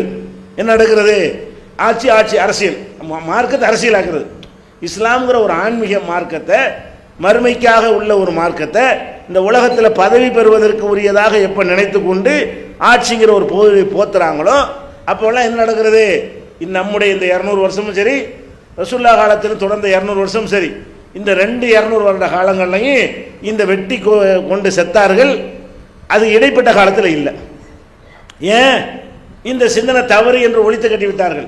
இது தப்பு, மார்க்கத்தை ஆன்மீகத்துக்கு எடுத்துக்கொள்ளணும், இந்த முசீபத்தை நமக்கு வேணாம், எவனை தொலைஞ்சிட்டு போகிறான் என்கிற மாதிரி ஒரு நிலைப்பாட்டுக்கு மக்கள் வந்த காலமெல்லாம் முஸ்லீம்களுக்கு பயங்கரவாதிங்கிற பேர் இருந்ததில்லை, தீவிரவாதிங்கிற பேர் இருந்ததில்லை. இவங்க இஸ்லாமிய ஆட்சி உண்டாக்க போகிறோம் என்று சொல்லி மற்றவனை அழித்ததை விட முஸ்லீம் அழித்தது ஜாஸ்தி. மற்றவர்களை அழித்து கொண்டு வைத்து வேறு மாதிரியாக கொன்ற லிஸ்ட் எடுத்துக்கொண்டீர்களே, ஆனால் இவங்களால் அழிக்கப்பட்ட முஸ்லீம்கள் தான் அதிகமாக இருந்தார்கள், இன்றைக்கும் இருக்கிறார்கள். இது ஒரே மேட்டரை விளங்கி கொள்ளுங்க. மார்க்கப்படி எப்படி தப்புங்கிற ரெண்டாவது வர்றாங்க, என்னென்ன வாதங்கள்லாம் வைக்கிறாங்க, அது எப்படி தவறாக இருக்குன்னு நான் கடைசியாக வர்றேன். அதுக்கு முன்னாடி முன்னுரையாக சில செய்திகளை நீங்கள் புரிந்து கொள்வதற்கு இதை சொல்லி கொண்டிருக்கிறேன். அடுத்ததாக என்னென்னு கேட்டால், இஸ்லாமிய ஆட்சி உண்டாக்க போகிறோன்னு சொல்கிறாங்கல்ல, சரி உண்டாக்கும், எப்படி உண்டாக்கும் சொல். ஒன்றை உண்டாக்குறாங்க, அதுக்கு திட்டம் சொல்லணும்ல. இஸ்லாமிய ஆட்சி உண்டாக்குறதுன்னு சொன்னால் ரகசியமாக 10 பேர் கூப்பிட்டு உண்டாக்குறப்பா, எப்படி இஸ்லாமிய ஆட்சி உண்டாகும் சொல்லு, வழி சொல்லு. ஒரு நாட்டில் ஆட்சி உண்டாகுறாங்க எப்படி உண்டாகும்? ஒன்று இராணுவத்தை வச்சு உண்டாகும். இப்போ நம்ம இந்தியாவுடைய அரசாங்கத்தை கூட கைப்பற்ற நினச்சா இராணுவ தளபதி நினச்சி அவர் கீழே இராணுவம்லாம் கட்டுப்பட்டாங்கன்னு வைங்க, மன்மோகன் சிங் உள்ளே பிடிச்சி போட்டு அவர் பாகிஸ்தானில் முஷர்ரஃப் அந்த மாதிரி வந்துடலாம். அப்போ ஒரு நாட்டை கைப்பற்றுறா இருந்தால் எப்படி எப்படி ஆட்சியை கைப்பற்றலாம்? இராணுவ தளபதி நினைத்தால், அவருக்கு இராணுவத்தில் சப்போர்ட் இருந்தால், இராணுவ தளபதி நினைக்கணும், இராணுவத்தில் உள்ள கீழ்மட்ட அதிகாரிகள்லாம் சப்போர்ட் பண்ணார்களே ஆனால் இராணுவ பலத்தை வைத்து என்ன செய்ய முடியும்? அந்த நாட்டை கைப்பற்றிக்கலாம். எவ்வளோ பெரிய மெஜாரிட்டியில் ஜெயிச்ச ஒரு அரசாங்கமாக இருந்தாலும் சரி, பிடிச்சி சிறையில் வச்சுவிட்டு அவங்க இராணுவம் பாகிஸ்தான் அடிக்கடி நடக்குதுல்ல, பாகிஸ்தான் நடக்கிற ஆட்சியெல்லாம் இப்படி தான் நடக்கிறது, அவங்க கைப்பற்றிக்கிற முடியும். இப்போ நீங்கள் இஸ்லாமிய ஆட்சியை உண்டாக்க போகிறீங்கல்ல, அப்படின்னா இராணுவம் வச்சுக்கிறீங்களா? தொழில்நுட்ப படம் எடுத்து போய் பார்லிமெண்ட் நுழைஞ்சி பிடிக்க அப்படி தான் நடக்கும். இஸ்லாமிய ஆட்சி உண்டாக்குறதா ஒரு வழி சொல்லு, ஏதாவது ஒரு வழி சொல்லு. இந்த மாதிரி உண்டாகும். எந்த மாதிரி உண்டாகும்? இப்போ இந்தியாவில் இஸ்லாமிய ஆட்சி உண்டாக்க போகிறாந்தா, இந்தியாவில் அணு ஆயுதம்லாம் வச்சுக்கிற ஒரு நாடாக இருக்குது. இவன்கிட்ட வந்து 1.5 ஜான் கத்தி தான் வச்சுருப்பான், அதுவும் நிறைய பேர்ட்ட இருக்காது. இதை வச்சுக்கிட்டு இஸ்லாமிய ஆட்சியை உண்டாக்க போகிறங்கிறிய, நீ எல்லாரையும் இருக்கிற அம்புட்டு முஸ்லீமையும் உன் பின்னாடி கொண்டு வந்துட்டேன்னு வை, எப்படி இஸ்லாமிய ஆட்சி உண்டாகும்? இருக்கிற எல்லா முஸ்லீமும் நீ சொல்லக்கூடிய இஸ்லாமிய ஆட்சிக்கு வர்றோன்னு வந்துட்டாங்க, 20 கோடி மக்கள் உன் பின்னாடி வந்தாச்சு, எப்படி உண்டாகும்? எப்படி ஆட்சி எப்படி உண்டாகும்னா, 100 கோடி மக்கள் வேறு கொள்கையில் இருக்கிறான், 20 கோடி மக்கள் ஒரு கொள்கையில் இருக்கிறான். இந்த 20 கோடி உள்ளவன் எப்படி 100 கோடி ஆள முடியும்? இராணுவமாக இருந்தால் ஆள முடியும். முகலாயர்கள் வந்து ஆட்சி பண்ணாங்க. அப்படி இல்லாமல் நீ எப்படி ஆள்வ? எல்லாரும் இந்த கொள்கை பிரச்சாரம் பண்ணி ஒத்துக்கிட்டோம்ப்பா, இஸ்லாமிய ஆட்சி இந்த கொள்கை மற்றவன் ஏற்றுக்கிற போகிறதில்லை, நம்ம தான் ஏற்றுக்கிறோன்னு எல்லா முஸ்லீமும் ஒத்துக்கிட்டோம். இப்போ சொல்லு வழி, உன் பின்னாடி நாங்களும் வர்றோம், எப்படி வழியை சொல்லி பின்னாடி வர்றோம். மார்க்கத்தில் இல்லை, அது ஒரு விஷயம். வழி இருக்குதா? இல்லை. இராணுவம் இருக்கானு, பயிற்சி இருக்கானு, பீரங்கி வச்சுருக்கணும், பல எல்லாமே வச்சுருக்கணும், விமானத்தை வச்சுருக்கணும், விமானத்தை குண்டு போடணும், ஒரு இராணுவத்தோட இராணுவம் மோதுற அளவுக்கு கொண்ட அதிகமான பலம் இருக்க வேண்டும். அப்படின்லாம் இருந்தால் தான் என்ன செய்ய முடியும்? ஒரு ஆட்சியை உண்டாக்க முடியும். நீ ஒரு ஆட்சி இந்தியாவில் உண்டாக்குறதா இருந்தால் இது இருந்தால் முடியும். அல்லது ரெண்டாவது எப்படி முடியும்? அதிகமான மக்களுடைய ஆதரவை பெற்றால் உண்டாக முடியும். இஸ்லாமிய ஆட்சி எப்போ வர முடியும்? இந்த ஜனநாயக முறையில் இஸ்லாமிய ஆட்சி வரலாம். எப்படி வரலாம்? இருக்கிற எல்லா மக்கள் நீங்கள் ஏகத்துவத்தை பிரச்சாரம் பண்ணி அதிகமான மக்கள் இந்த சத்தியத்தை புரிந்து கொண்டு அந்த நேரத்தில் ஒரு தேர்தல் நடந்து அந்த நேரத்தில் இந்த மாதிரி குர்ஆன் ஹதீஸ் தான் சொல்லக்கூடிய ஒரு அமைப்புக்கு அதிகமான ஓட்டு விழுந்து ஜெயிச்சிட்டோம்னு சொன்னால், சட்டம் ஏற்ற இடத்துல உட்காந்து நம்ம சட்டம் ஏற்ற போகிறோம். தௌஹீத் ஜமாத்தை போட்டிட்டு ஜெயிச்சு வச்சுக்கிற பேச்சுக்கு எல்லாம் தமிழ்நாடு தௌஹீத் ஜமாத் சேர்ந்துட்டான், இந்த முஸ்லீம் கிறிஸ்துவ 50 பேர் சேர்ந்துட்டான்னு வைங்க. அப்போ எல்லாரும் அதுக்கு ஓட்டு போட்டு ஜெயிச்ச வச்சாங்கன்னா ஆட்சி கைப்பற்றலாம். அப்படி நடக்குமா? நீ இஸ்லாமிய ஆட்சி கைப்பற்றா இருந்தால் 120 கோடி மக்களில் ஒரு 70 கோடி மக்களை நீ வென்றெடுக்கணும். உன் கொள்கையின்பால் வென்றெடுக்க வேண்டும். 70 கோடி மக்கள் வென்றெடுத்த பிறகு ஒரு ஒரு ஆட்சி உண்டாகும் பொழுது அவங்க இதை உனக்கு பின்னாடி வந்தார்கள் என்னால் சாத்தியமாகும். நீ சொல்லக்கூடிய இஸ்லாமிய ஆட்சிங்கிற டாபிக் 70 கோடி வருவானா? மிஞ்சி மிஞ்சி போனால் அந்த முஸ்லீம்லையே லட்சத்தில் ஒருத்தன் வருவான் உனக்கு பின்னாடி. எல்லா முஸ்லீம் வர்றாண்டா கூட சாத்தியமாகுமா? சாத்தியமில்லாத ஒன்றை மார்க்கம் வந்து ஒரு கொள்கையாக வச்சிருக்குமா? இஸ்லாம் மார்க்கத்தில் எது சாத்தியமே இல்லையோ அதுக்கு போய் அழைப்பு கொடுக்க சொல்லுமா? அதுக்கு உழைப்பதுக்கு ஏதாவது பயன் தருமா? அந்த உழைப்பை வேறு விஷயத்தில் உழைச்சிருக்கலாமே. ஒரு 10 பேரை இஸ்லாத்தில் கொண்டு வருவதற்கு உழைச்சா அது ஒரு நன்மையாக இருந்திருக்குமே. அந்த உழைப்பை எல்லாம் வந்து இஸ்லாமிய ஆட்சி கொண்டு வர போகிறோம் அப்படின்னு பாடுபட்டா இது எப்படி? என்ன திட்டம், வழிமுறை என்ன, உன்னுடைய செயல் திட்டம் என்ன வச்சிருக்கிற அப்படின்னு கேட்டால் அதுக்கு என்ன இல்லை. முதல்ல இந்த கருத்துருவாக்கத்தை உண்டாக்குவோம், அப்புறமேல் உண்டாகும் இஸ்லாமிய ஆட்சி உண்டாகும். அப்போ இஸ்லாமிய ஆட்சிங்கிறது மேலேருந்து ஒருத்தர் நல்லா இறக்குவானா? எப்படி? நான் இஸ்லாமிய ஆட்சி உண்டாக்குறதா இருந்தால் மேலேருந்து ஒருத்தர் இறக்கி உலக மக்கள்லாம் பார்க்குற மாதிரி வச்சு இவருக்கு பின்னாடி போங்கன்னு இப்படி உண்டாகுமா? எப்படி உண்டாகும் சொல்லு? மக்கள் ஒத்துக்கொண்டா தான் உண்டாகும். இப்போ சர்வாதிகாரமாக இருந்தாலும் சரி, பரம்பரை ஆட்சியாக இருந்தாலும் சரி, அதெல்லாம் கூட மக்கள் ஒத்துக்கிற போய் தான் அந்த பரம்பரை ஆட்சி இருக்குது. மக்கள் ஒத்துக்கலான பரம்பரையத்துக்கு எரிஞ்சிருவான். மக்களுடைய பெரும்பான்மை மக்களுடைய எதிர்ப்பு இல்லை என்று சொன்னால் ஒருத்தன் ஆட்சியில் இருக்க முடியும். பெரும்பான்மை மக்கள் எதிர்த்து விட்டார்கள்னா இருக்க முடியாது. அப்போ பெரும்பான்மை மக்களை கொண்டு தான் ஒரு ஆட்சி வந்து உருவாக முடியும், அல்லது இராணுவ பலத்தை கொண்டு உண்டாகும். ரெண்டு தான். இப்போ சவுதியில் வந்து பெரும்பான்மை மக்கள் ஆதரிக்க மாட்டான் சவுதி அரசாங்கத்தை, ஆனால் மிலிட்டரி அவங்க கையில் இருக்குது, போலீஸ் அவங்க கையில் இருக்குது, இராணுவத்தை கையில் வச்சுருக்கிறான். அவனுக்கு எதிர்த்து வாயை திறக்க முடியும், உள்ள பிடிச்சி போட்டுருவான். அதுக்கு பயந்துக்கிட்டு ஆட்சி இருக்கும். ஒன்று மக்களாக விரும்பி ஒருத்தனை ஏற்றுக்கொண்டால் ஆட்சி உண்டாகும், அல்ல இராணுவ பலத்தை காட்டி பயப்படுத்தினால் ஆட்சி உண்டாகும். ரெண்டுல ஏதாவது இவங்கள்ட்ட இருக்குதா? இஸ்லாமிய ஆட்சிக்கு அழைக்க போடவர்கள்ட்ட இரண்டில் எந்த திட்டத்தின்படி செய்ய போகிறார்கள்? அப்ப செய்ய முடியாத ஒன்றுக்கு மக்களை அழைக்கிறார்கள் என்ற உண்மை நம்ம என்ன செய்யணும், மக்களுக்கு புரிய வைக்கணும். இது சாத்தியம் இல்லை, பொய் சொல்லுகிறார்கள், இப்படி நடக்கவே நடக்காது. அது ஒன்று. அடுத்து என்னன்னு கேட்டா, இஸ்லாமிய ஆட்சி உண்டாக்கணுங்கிறான்ல, ஏன்ப்பா உண்டாக்கணும்? நாங்கள் குர்ஆன் அடிப்படை இஸ்லாமிய ஆட்சியை உண்டாக்க போகிறோம் அப்படிம்பாங்க. சரி, இஸ்லாமிய ஆட்சியை உண்டாக்க போகிற நீ இந்தியாவில் நீ ஒரு ஆள் மட்டும் இல்லை, இந்த இஸ்லாமிய ஆட்சிக்கு 72 இங்கே இருக்கிறாங்க. இஸ்லாமிய ஆட்சிக்கு ஒட்டுமொத்த இந்தியாவில் ஒரே ஒரு குரூப் இருந்தால் இது அவன் தலைமையில் உண்டாகும் நினச்சிட்டு போயிடலாம். உங்களுக்குள்ள விடியல்னு ஒருத்தன் அவன் உட்காந்து இஸ்லாமிய ஆட்சிங்கிறான், இந்த சிமின்னு ஒருத்தன் அவன் இஸ்லாமிய ஆட்சிங்கிறான், ஜமாத் இஸ்லாமிங்கிறவன் இஸ்லாமிய ஆட்சி கொண்டு வர போகிறோங்கிறான். இங்கே தமிழ்நாட்டுக்குள்ளேயே இன்னொருத்தர் இதை கிலாப்பாட்டு ஒரு புதுசாக உண்டாகிட்டு அவன் உண்டாக்க போகிறான். இப்போ 4 பேருக்கு பிரிஞ்ச எவன் இஸ்லாமிய ஆட்சி உண்டாக்குவீங்க? நான் இஸ்லாமிய ஆட்சிங்கிறான், இவன் நான் தான் இஸ்லாமிய ஆட்சின்னு அழைக்கிறான். இந்த 4க்கு சேர்ந்து ஒருத்தனை நீ தலைவன் ஆக்குவேன் முதல்ல. அப்படியே 4 பேர், எனக்கு தெரிஞ்ச 4 பேர் இருக்கான். எத்தனை பேர் இருக்கான், நாடு பூரா எத்தனை பேர் இருக்கான்னு தெரியல. தமிழ்நாட்டுக்குள்ளே நம்ம பார்க்குறோம். இந்தியா முழுசு எடுத்து பார்த்தீங்கன்னு சொன்னால் இஸ்லாமிய ஆட்சின்னு சொல்லிக்கிட்டு நிறைய பேர் இருக்கிறானுவோ. இஸ்லாமிய ஆட்சி உண்டாக்க போகிறோன்னு 4க்கு 10 பேர் வச்சுருக்காங்க. இவனுக்கு 10 பேர், அவனுக்கு 10 பேர் தான். இவங்க எல்லாம் சேர்ந்து இஸ்லாமிய ஆட்சி உண்டாக்க போகிறோன்னா உங்களில் எவன் உண்டாக்குவான்? எல்லாரும் சேர்ந்தா கூட உண்டாக முடியாத ஒரு விஷயத்தில் 72 பேர் நின்றுட்டு என்ன செய்யறான்? அதை இஸ்லாமிய ஆட்சி உண்டாக்க போறேங்கிறியப்பா. நீங்க எல்லாரும் சேர்ந்து ஒருத்தனை எப்படி தலைவனை ஏத்துக்கிறீங்க? ஏத்துக்கிற முடியாது. அப்படி உண்டானா கூட நான் சொன்ன பழையபடி அடிச்சுட்டு வாங்க, அது நடக்கும். என்ன நடக்கும்? இஸ்லாமிய ஆட்சிக்கு அடிச்சுக்கிறானே இல்லையோ, நான் உண்டாக்க போறேன்னா நீ உண்டாக்க போறேன். உண்டாக்காத ஒரு விஷயத்துக்கு என்ன செய்வாங்க? ஒரு கட்டத்தில் நான் உண்டாக்குறேன்னா நீ உண்டாக்குறேன், வெட்டிட்டு சாவ போறாங்க. அதுதான் நடக்குமே தவிர, எப்படி இஸ்லாமிய ஆட்சியை நீங்கள் ஒரு 72 பேர் உட்காந்துக்கிட்டு எப்படி அதை நீங்கள் உண்டாக்க போறீங்க? இப்படி நம்ம சிந்திச்சு பார்த்தோமே ஆனால் இது ஒரு கற்பனை உலகத்தில் நம்ம என்ன செய்கிறாங்க, கொண்டு போக பார்க்குறாங்க. சரி, இஸ்லாமிய ஆட்சி உண்டாக்கணும்னு சொல்கிறான்ல, ஏன்ப்பா இஸ்லாமிய ஆட்சி உண்டாக்கணுங்கிறீங்க? என்னப்பா ஆதாரம்? ஆதாரம் சொல்லுவாங்க. என்ன ஆதாரம்? குர்ஆனில் சில வசனம் இருக்குது. என்ன வசனம்னா, அல்லாஹ் அருளியதை கொண்டு தீர்ப்பளியுங்கள். இஸ்லாமிய ஆட்சிக்கு என்ன ஆதாரம் காட்டுறாங்க? குர்ஆனில் சில வசனங்கள் இருக்குது. என்ன வசனம்னா, அல்லாஹ் எதை இறக்கினானோ அதை கொண்டு தீர்ப்பளியுங்கள். அனிக்கும் பைனகும் பிமா அன்ஸலல்லாஹ், அல்லாஹ் அருளியதை கொண்டு நீங்க தீர்ப்பளிக்க வேண்டும். இப்ப இந்த ஆட்சியில் அல்லாஹ் அருளியதை அப்படியே தீர்ப்பளிக்கிறான். இந்தியாவில் அல்ல உலகத்தில் பல நாடுகளில் அல்லாஹ் அருளிய குர்ஆன் படியா தீர்ப்பளிக்கிறான் இல்லை. அப்ப அல்லாஹ் நமக்கு என்ன கட்டளையிடுறான்? அல்லாஹ் அருளியதை கொண்டு தீர்ப்பளியுங்கள் கட்டளையிடுறான். அப்ப நமக்கு என்ன கடமை இருக்கு? இஸ்லாமிய ஆட்சி உண்டாக்குற கடமை இருக்குது.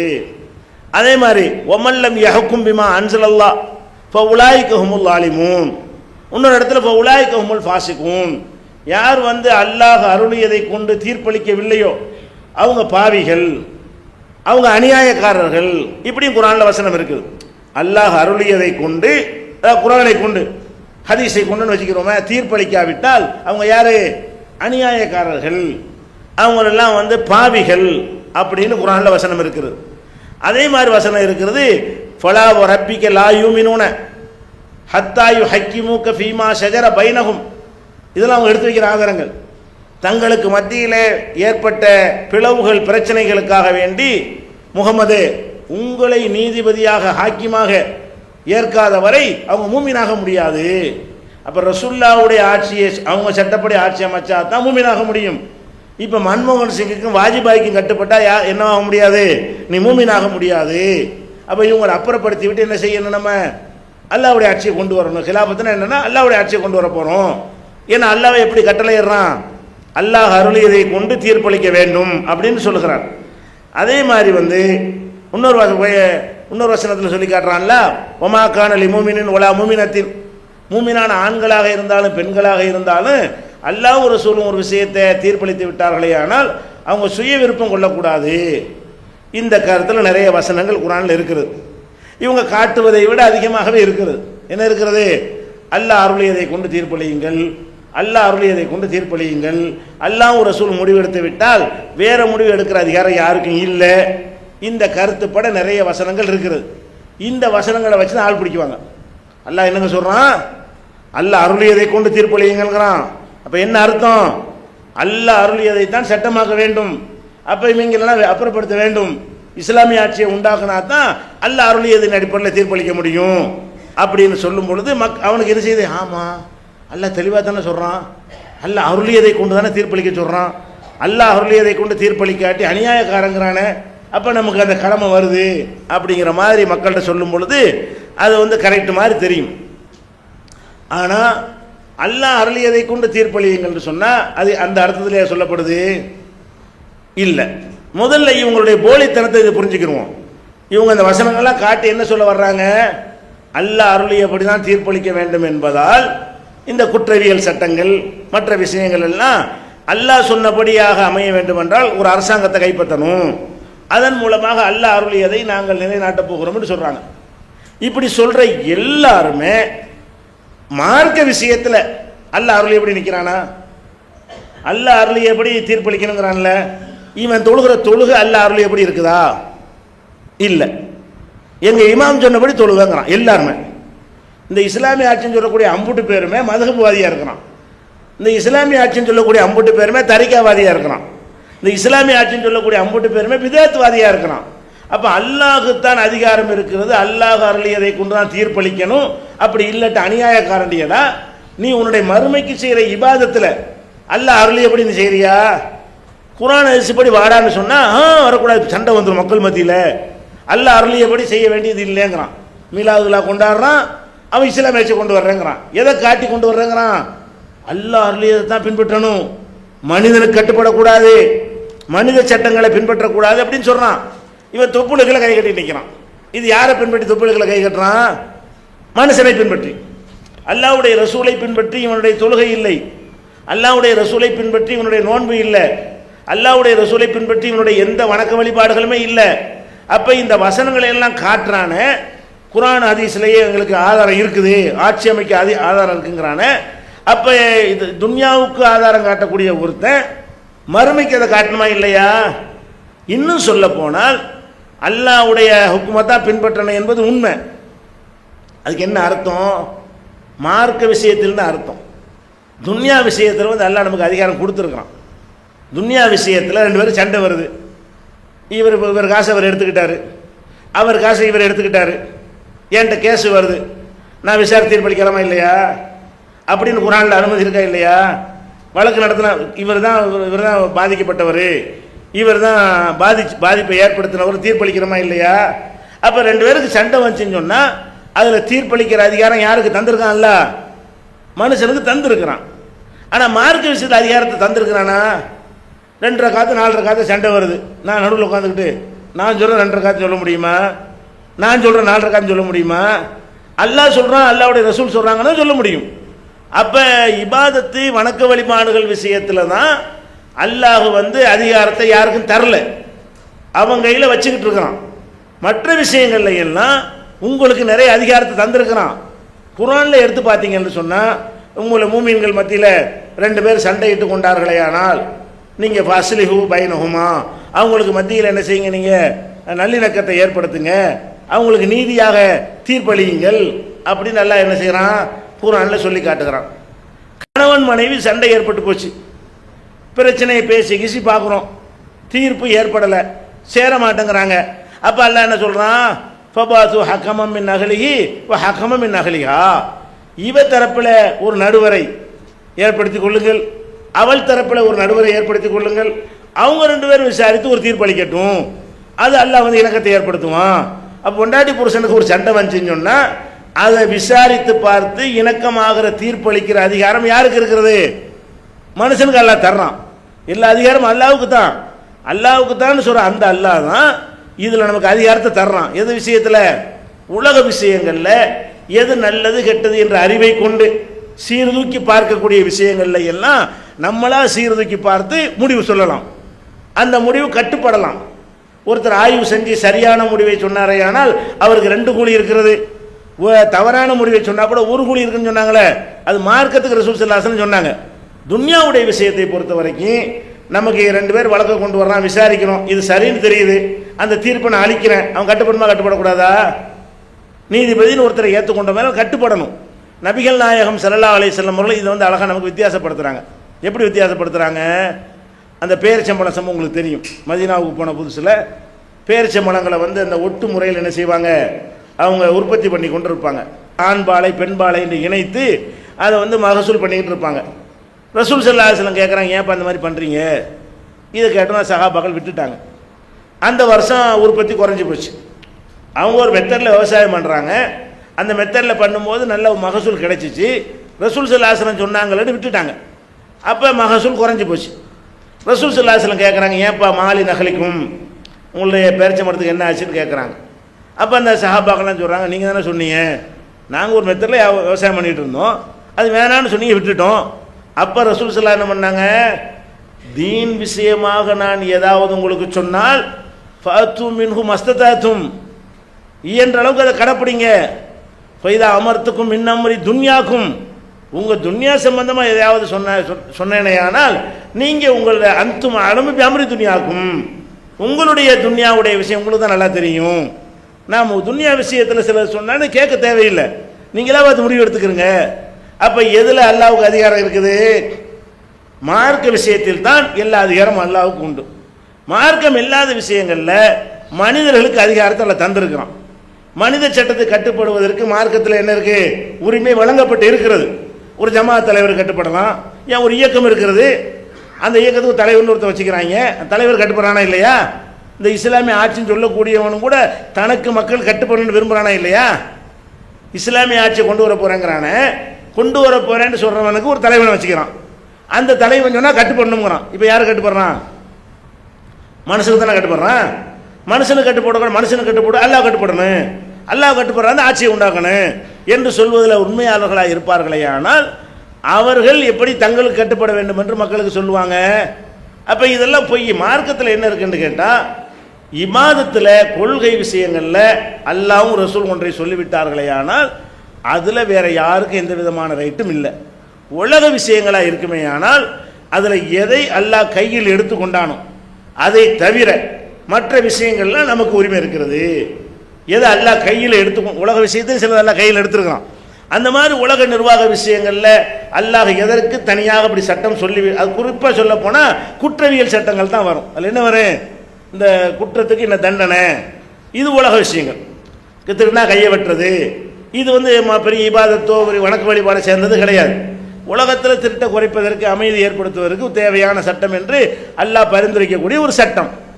இந்த ஒரு குற்றவியலை நீக்கிட்டு பார்த்தீங்களே, ஆனால் மற்ற எல்லா விஷயங்களுக்கும் குர்ஆனில் சொல்லப்பட்டிருக்குதா? இவ்வளோ வரி போடணும்னு இருக்குதா? பெட்ரோல் விலை எவ்வளோன்னு சொல்லி தீர்மானிக்கிறதுக்கு எந்த வசனத்தை வச்சு நீ பெட்ரோல் விலையை ஏற்றுவீங்க, இறக்குவீங்க?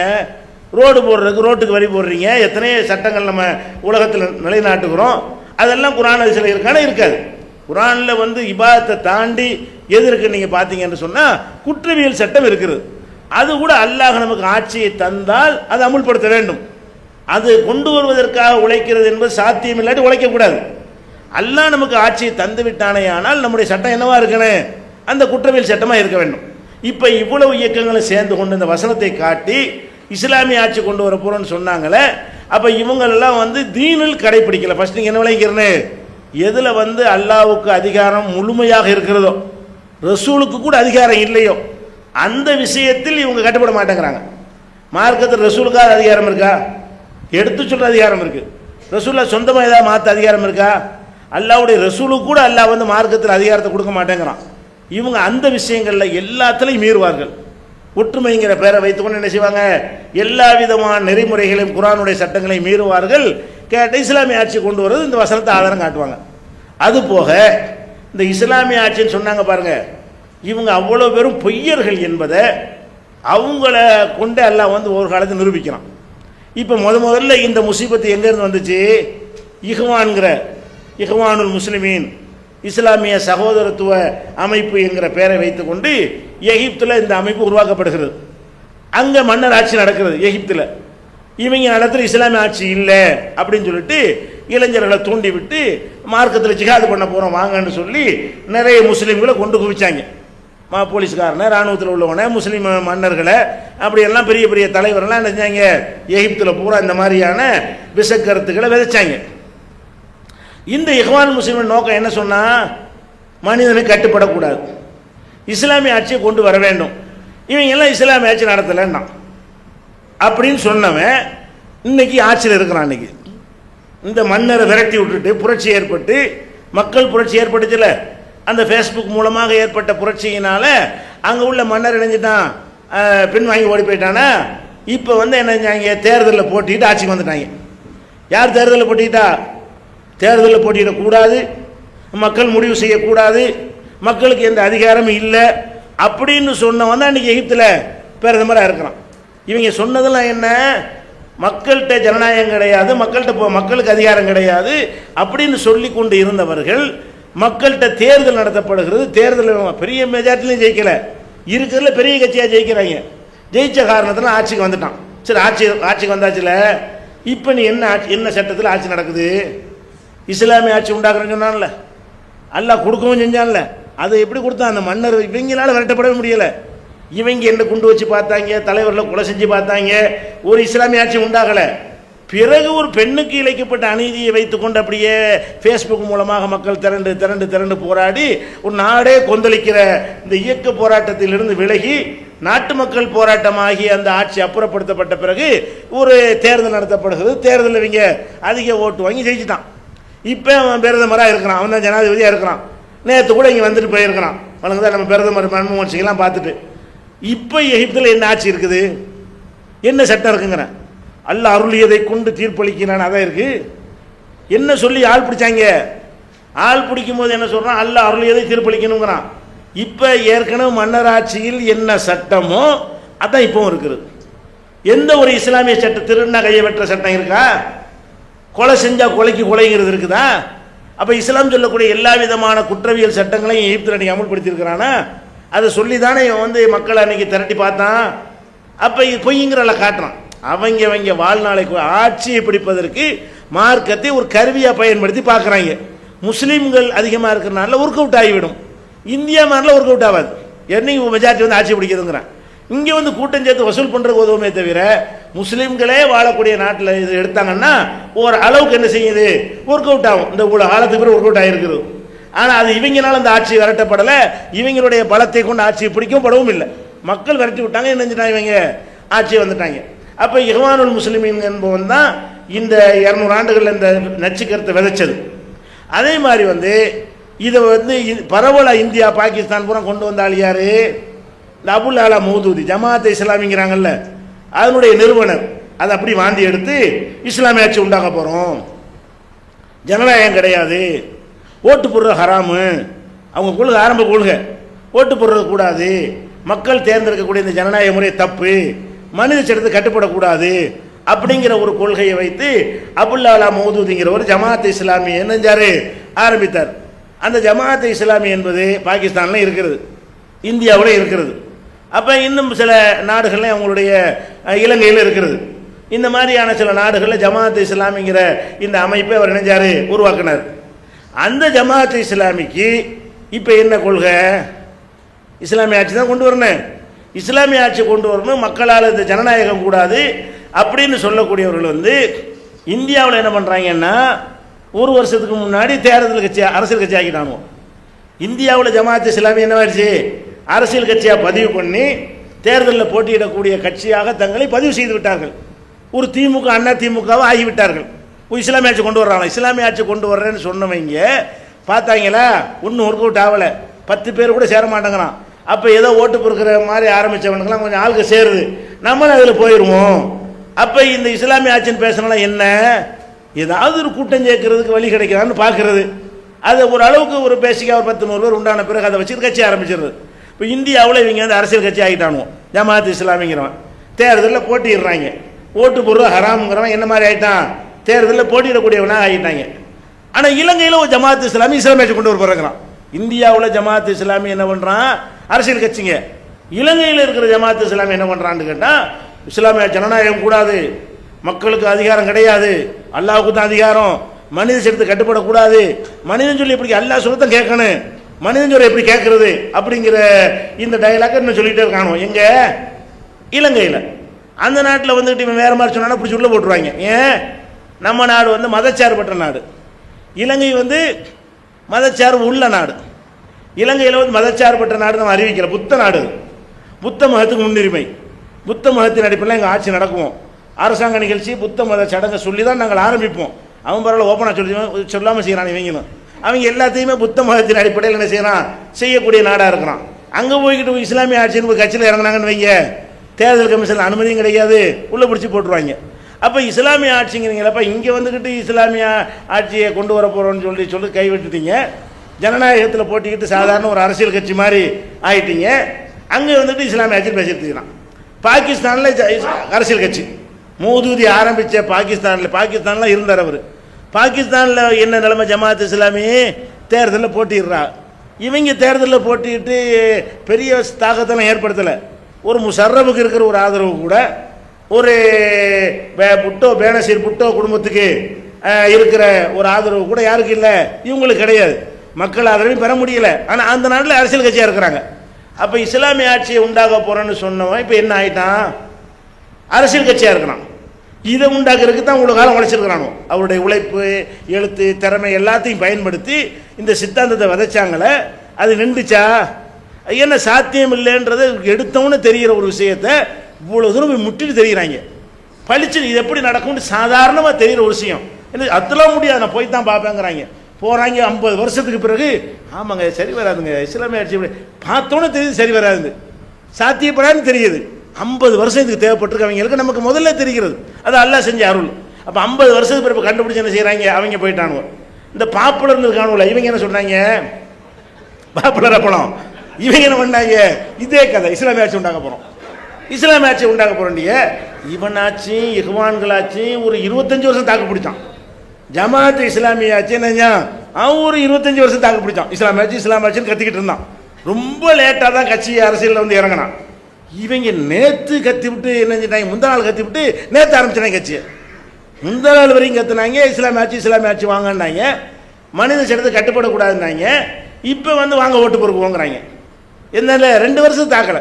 இந்த கொள்கை வந்து 2 வருஷத்துக்கு அவர்களால் தாக்குப்பிடி, மற்றவன் விட்டு போனான், அவனுக்கு தாக்கு பிடிக்க முடியல. அப்போ இஸ்லாமிய ஆட்சி பொய்யா போச்சா இல்லையா? இஸ்லாமிய ஆட்சி தான் சொன்னீங்க. அப்போ ஏன் இந்த சட்டத்தில் இறங்கி தேர்தல் கட்சி அரசியல் கட்சி ஆரம்பித்து பஞ்சாயத்து போர்டில் போட்டிடுறாங்க, அடுத்து வந்து சட்டமன்றத்தில் போட்டிடுறதுக்கு பேரம் பேசுறதுக்கு ரெடியாக இருக்கிறாங்க. அப்போ இதுக்கு ஏன் இஸ்லாத்தை கலர் பூசின? ஒரு கட்சின்னு ஓப்பனாக சொல்லிட்டு போக வேண்டியதானே, அவன் தாமுக முஸ்லீம் லீக் மாதிரி போயிட வேண்டியதானே. அவங்க இஸ்லாமிய ஆட்சி சொல்லிட்டு போகல. அந்த ஆள் சொன்னார், ஜவாஹிரில் சொன்னார், இஸ்லாமிய ஆட்சியை கொண்டு வர போகிறோம், ஜனநாயகம் வந்து நவீன இணை வைத்தல் இந்த கட்டுரைலாம் எழுதியிருந்தார் சிம்மில் இருக்கும்போது, சிமி இயக்கத்தில் இருக்கும்போது. இப்போ என்னவாச்சு, அவன் எம்எல்ஏ. இப்போ அதாவது இஸ்லாமிய ஜனநாயகம் நவீன இணை வைத்தல், அந்த நவீன இணை வைத்தலில் போய் அக்ரிமெண்ட் போட்டு மெம்பராக இருக்கிறாங்கன்னு மெம்பராக இல்லை, வழங்குதா? அதெல்லாம் இல்லைன்னு சொன்ன ஆளுக்கு நம்ம வெளியே நின்றுட்டு இருக்கிறோம். அது நவீன ஷிர்கு என்று சொன்னவர்கள்லாம் அதில் உளுந்து கிடக்கிறார்கள். அதையும் எல்லாம் கண்ணு முன்னாடி காட்டுறாங்க. எவனும் நின்றதில்லை. இஸ்லாமிய ஆட்சிங்கிறவன்லாம் ஒரு பேசிக் ஊருக்கு 10 பேர் உண்டாக்க வேண்டியது, அதை வச்சுக்கிட்டு நம்ம ஒரு இயக்கத்தை வளர்க்கணும், அதுக்கு என்ன தேவை புதுசாக சொல்லணும் என்பதற்காக வேண்டி சொன்னார்கள் என்பது இந்த பாப்புலர் பிரண்டில் இருந்து எல்லா இயக்கத்தையும் நீங்கள் பார்த்தீர்களே, ஆனால் இஸ்லாமிய ஆட்சிங்கிறது பொய்யாகிவிடும். அதுபோக இவங்க சொல்லக்கூடிய வாதங்களை பாருங்கள், எத்தனை எல்லாத்துலேயும் மீறுவாங்க. அதாவது என்ன சொல்கிறாங்கன்னா, மனிதனுக்கு கட்டுப்படக்கூடாது, இதானே அவங்களுடைய கான்செப்டாக இருக்குது. மனிதனுக்கு கட்டுப்படக்கூடாது என்று சொன்னால் பெரும்பான்மைக்கு கட்டுப்படக்கூடாது, மனிதனுக்கு கட்டுப்படக்கூடாதுங்கிறாங்க. அவங்க என்னென்னலாம் விஷயங்களை எடுத்து சொல்கிறாங்கன்னு பார்த்தீங்கன்னு சொன்னால், நம்ம நாட்டில் வந்து இஸ்லாமிய ஆட்சின்னு சொல்லக்கூடிய எவனை வேணாலும் எடுத்துக்கிறங்க. அவங்க வந்து மனித சட்டத்துக்கு கட்டுப்பட்டு நடக்கிறாங்களா, அல்லாஹ்வுடைய சட்டத்துக்கு மட்டும் கட்டுப்பட்டு நடக்கிறாங்களா? இந்த நாட்டில் வாழும் பொழுது அவங்க ஒரு சொத்தை வாங்குறாங்க, அவங்க இயக்கத்துக்கு இஸ்லாமிய ஆட்சியை உண்டாக போகிற ஒரு இயக்கம். அவங்க வந்து ஒரு சொத்தை வாங்குறாங்க, எப்படி வாங்குவாங்க? நீங்கள் விற்கிறிய, அவங்க வாங்குறாங்கன்னா எப்படி வாங்கணும்? மார்க்கப்படி ரூபாயை கொடுக்கணும், சொத்து பத்திரம் முடிஞ்சு வச்சுக்காத, இந்தாப்பா சொத்தை வச்சுக்க, கொண்டாப்பா ரூபாயை. இதோட இஸ்லாமிய அடிப்படையில் கொடுக்கல் வாங்கல் முடிஞ்சிருச்சு.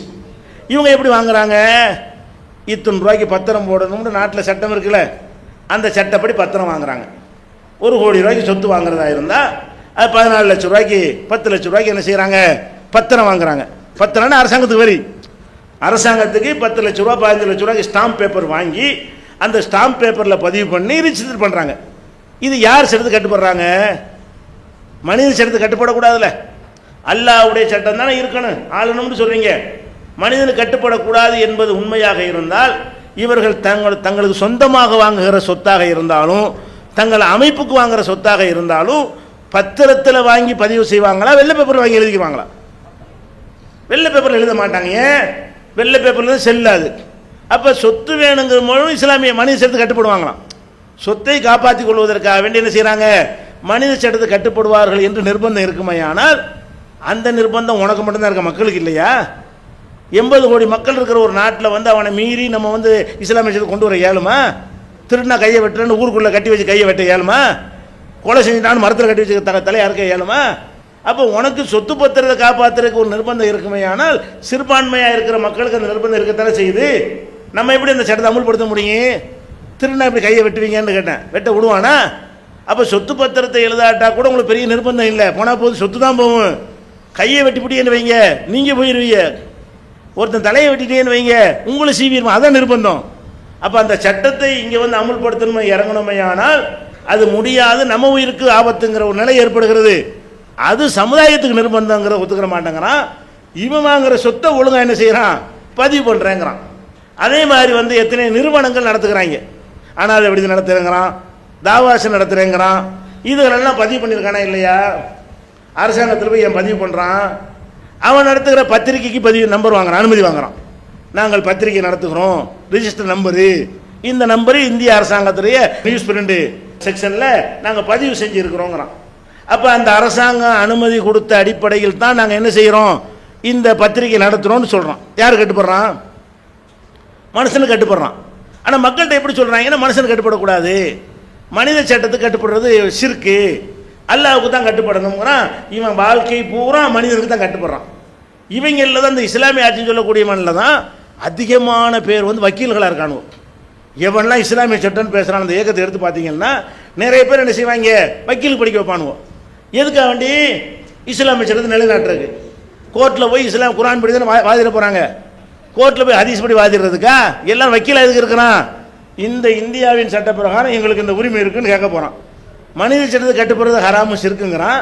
மனித சட்டத்தின்படி இவங்களை யாரும் அடிச்சு விட்டாங்கன்னு சொன்னால் கேஸ் போடுறான், போலீஸுக்கு போகிறேங்கிறான், வழக்கு நடத்துகிறான். அப்போ எவனாவது இவனை பற்றி எழுதிவிட்டான்னு சொன்னால் அவதூறு வழக்குன்னு சொல்லி வக்கீலை வச்சு நோட்டீஸ் அனுப்புகிறான். இதெல்லாம் எந்த தீர்ப்பை கேட்டு கோர்ட்டுக்கு போகிறான்? குர்ஆன் படி தீர்ப்பு கேட்க போகிறானா? என்னை அடித்து விட்டார்கள், என்னை பேசி விட்டார்கள்னு சொல்லி குர்ஆன் படி எங்களுக்கு தீர்ப்பு தாருங்கள்னு கேட்பானா? இந்தியாவுடைய அரசியல் சட்டப்படி கேட்க போகிறானா? அரசியல் சட்டப்படி கேட்க போகிறான். அப்போ ஏன் ஏமாத்துறீங்க? மனித சட்டத்தை தான் கட்டுப்பட்டு இருக்கிறீங்க எல்லாரும். நாங்கள் கட்டுப்படலாம், அனுமதி இருக்குன்னு நாங்கள் சொல்லி கொண்டு செய்கிறோம், இல்லைன்னு சொல்லி செஞ்சுட்டு இருக்கிறேன். எல்லாரும் செய்கிறோம். எல்லாருமே என்ன செய்கிறோம், நம்ம வண்டியில் போயிட்டு இருக்கிறோம், சிவப்பு லைட்டு போட்டான், என்ன செய்யணும், நிற்கணும். மனித சட்டத்துக்கு கட்டுப்பட்டு நிற்கணும். மனித சட்டத்துக்கு கட்டுப்பட மாட்டோம் போனால் போயிட வேண்டியதான். நாங்கள் மனித சட்டத்துக்கு கட்டுப்பட மாட்டோம் அப்படின்னு போக முடியுமா? அதே மாதிரி இதுக்கு இன்னும் வரின்னு வண்டி வாங்குறீங்க, நீங்கள் இன்சூரன்ஸ் பணம் உங்களை கட்டணும்னு சொல்கிறான், கட்ட மாட்டோன்னு சொல்ல முடியுமா? உங்களுக்கு கட்டி தான் ஆகணும். அப்போ கட்டி கொண்டு தான் இருக்கிறோம். அப்போ இதில் மனித சட்டத்துக்கு கட்டுப்படாமல் யாருமே இருக்கிறது இல்லை. அவ்வளோ வேணாம். ஹஜ்ஜிக்கு போகிறீங்க, ஹஜ் அல்லாஹ் சொல்கிறான், அல்லாஹ்வுடைய சட்ட பிரகாரம் பூமியெல்லாம் ஒன்று தான், நாடு நம்ம உண்டாக்கிட்டு தான். அல்லாஹ் படைச்ச உருண்டையில் என்ன இல்லை, நாடு இருக்குதா? ஒரு உருண்டை தான் அது. அதில் இந்தியா பாகிஸ்தானை நம்ம போட்டுக்கிட்ட கோடு மனிதன் தான் பிரிச்சுக்கிட்டான். இன்னாருந்து வாசியா, என்னுடைய பூமி விசாலமானதுன்னு நல்லா சொல்லிவிட்டான். அப்போ நீங்கள் இங்கேருந்து சவுதிக்கு போகிறாங்க, எவன்கிட்ட கேட்கணுமா? பூமி அல்லாஹ்வுடைய பூமி தானே, நம்மளோட ஹஜ்ஜிக்கு போய்ட்டு வர வேண்டியது தானே. இவன் ஹஜ்ஜிக்கு போகிறதுக்கு என்ன பண்ணுறாங்கிறான்? ஹஜ்ஜிக்கு போகிறாங்க இந்த நாட்டில் பாஸ்போர்ட் வாங்குறான், அந்த நாட்டில் விசா வாங்குறான். அவனே என்ன அனுமதிக்கிற? ஹஜ்ஜி இனிமேல் செய்ய வேண்டியானாடா? ஹஜ்ஜிங்கிற கடமையை செய்கிறதா இருந்தால் அவன்கிட்ட பர்மிஷன் கேட்குற, அது யார் சட்டம்? அல்லாஹ்வுடைய சட்டப்படி யார்ட்டையும் கேட்க தேவையில்லை. நான் ஹஜ்ஜி செய்ய போகிறேன், ஒன்றையான கேட்கணும். பள்ளியாசலுக்கு போகிறோம், தொழு வர்றோம், போலீஸ் அனுமதி வாங்கிட்டு வரணும், விசா வாங்கிட்டு வரணும். அது மாதிரி போக வேண்டிய ஹஜ்ஜிக்கு. ஹஜ்ஜி ஒரு கடமை தானே. அப்போ ஹஜ்ஜிக்கு போகிறதுக்கு மட்டும் என்ன செய்கிறேங்கிறான்? பாஸ்போர்ட் எடுக்கிறேங்கிறான், விசா வாங்கிட்டு போகிறேங்கிறான், விசா கிடைக்கவில்லை நான் போகலைங்கிறான். ஏன் உனக்கு ஏன் விசா? நீ தான் மனித சட்டத்துக்கு கட்டுப்பட மாட்டியே, நீ தான் அல்லாஹ்வுடைய சட்டத்துக்கு கட்டுப்படுறாள்லப்பா. அது மாதிரி ஒரு குழந்தை பிறந்துருச்சு ஆஸ்பத்திரியில், அதை பதிவு செய்கிறோமா இல்லையா? இவன்லாம் பதிவு செய்வானே செய்ய மாட்டானான்னு இருக்கிறான்.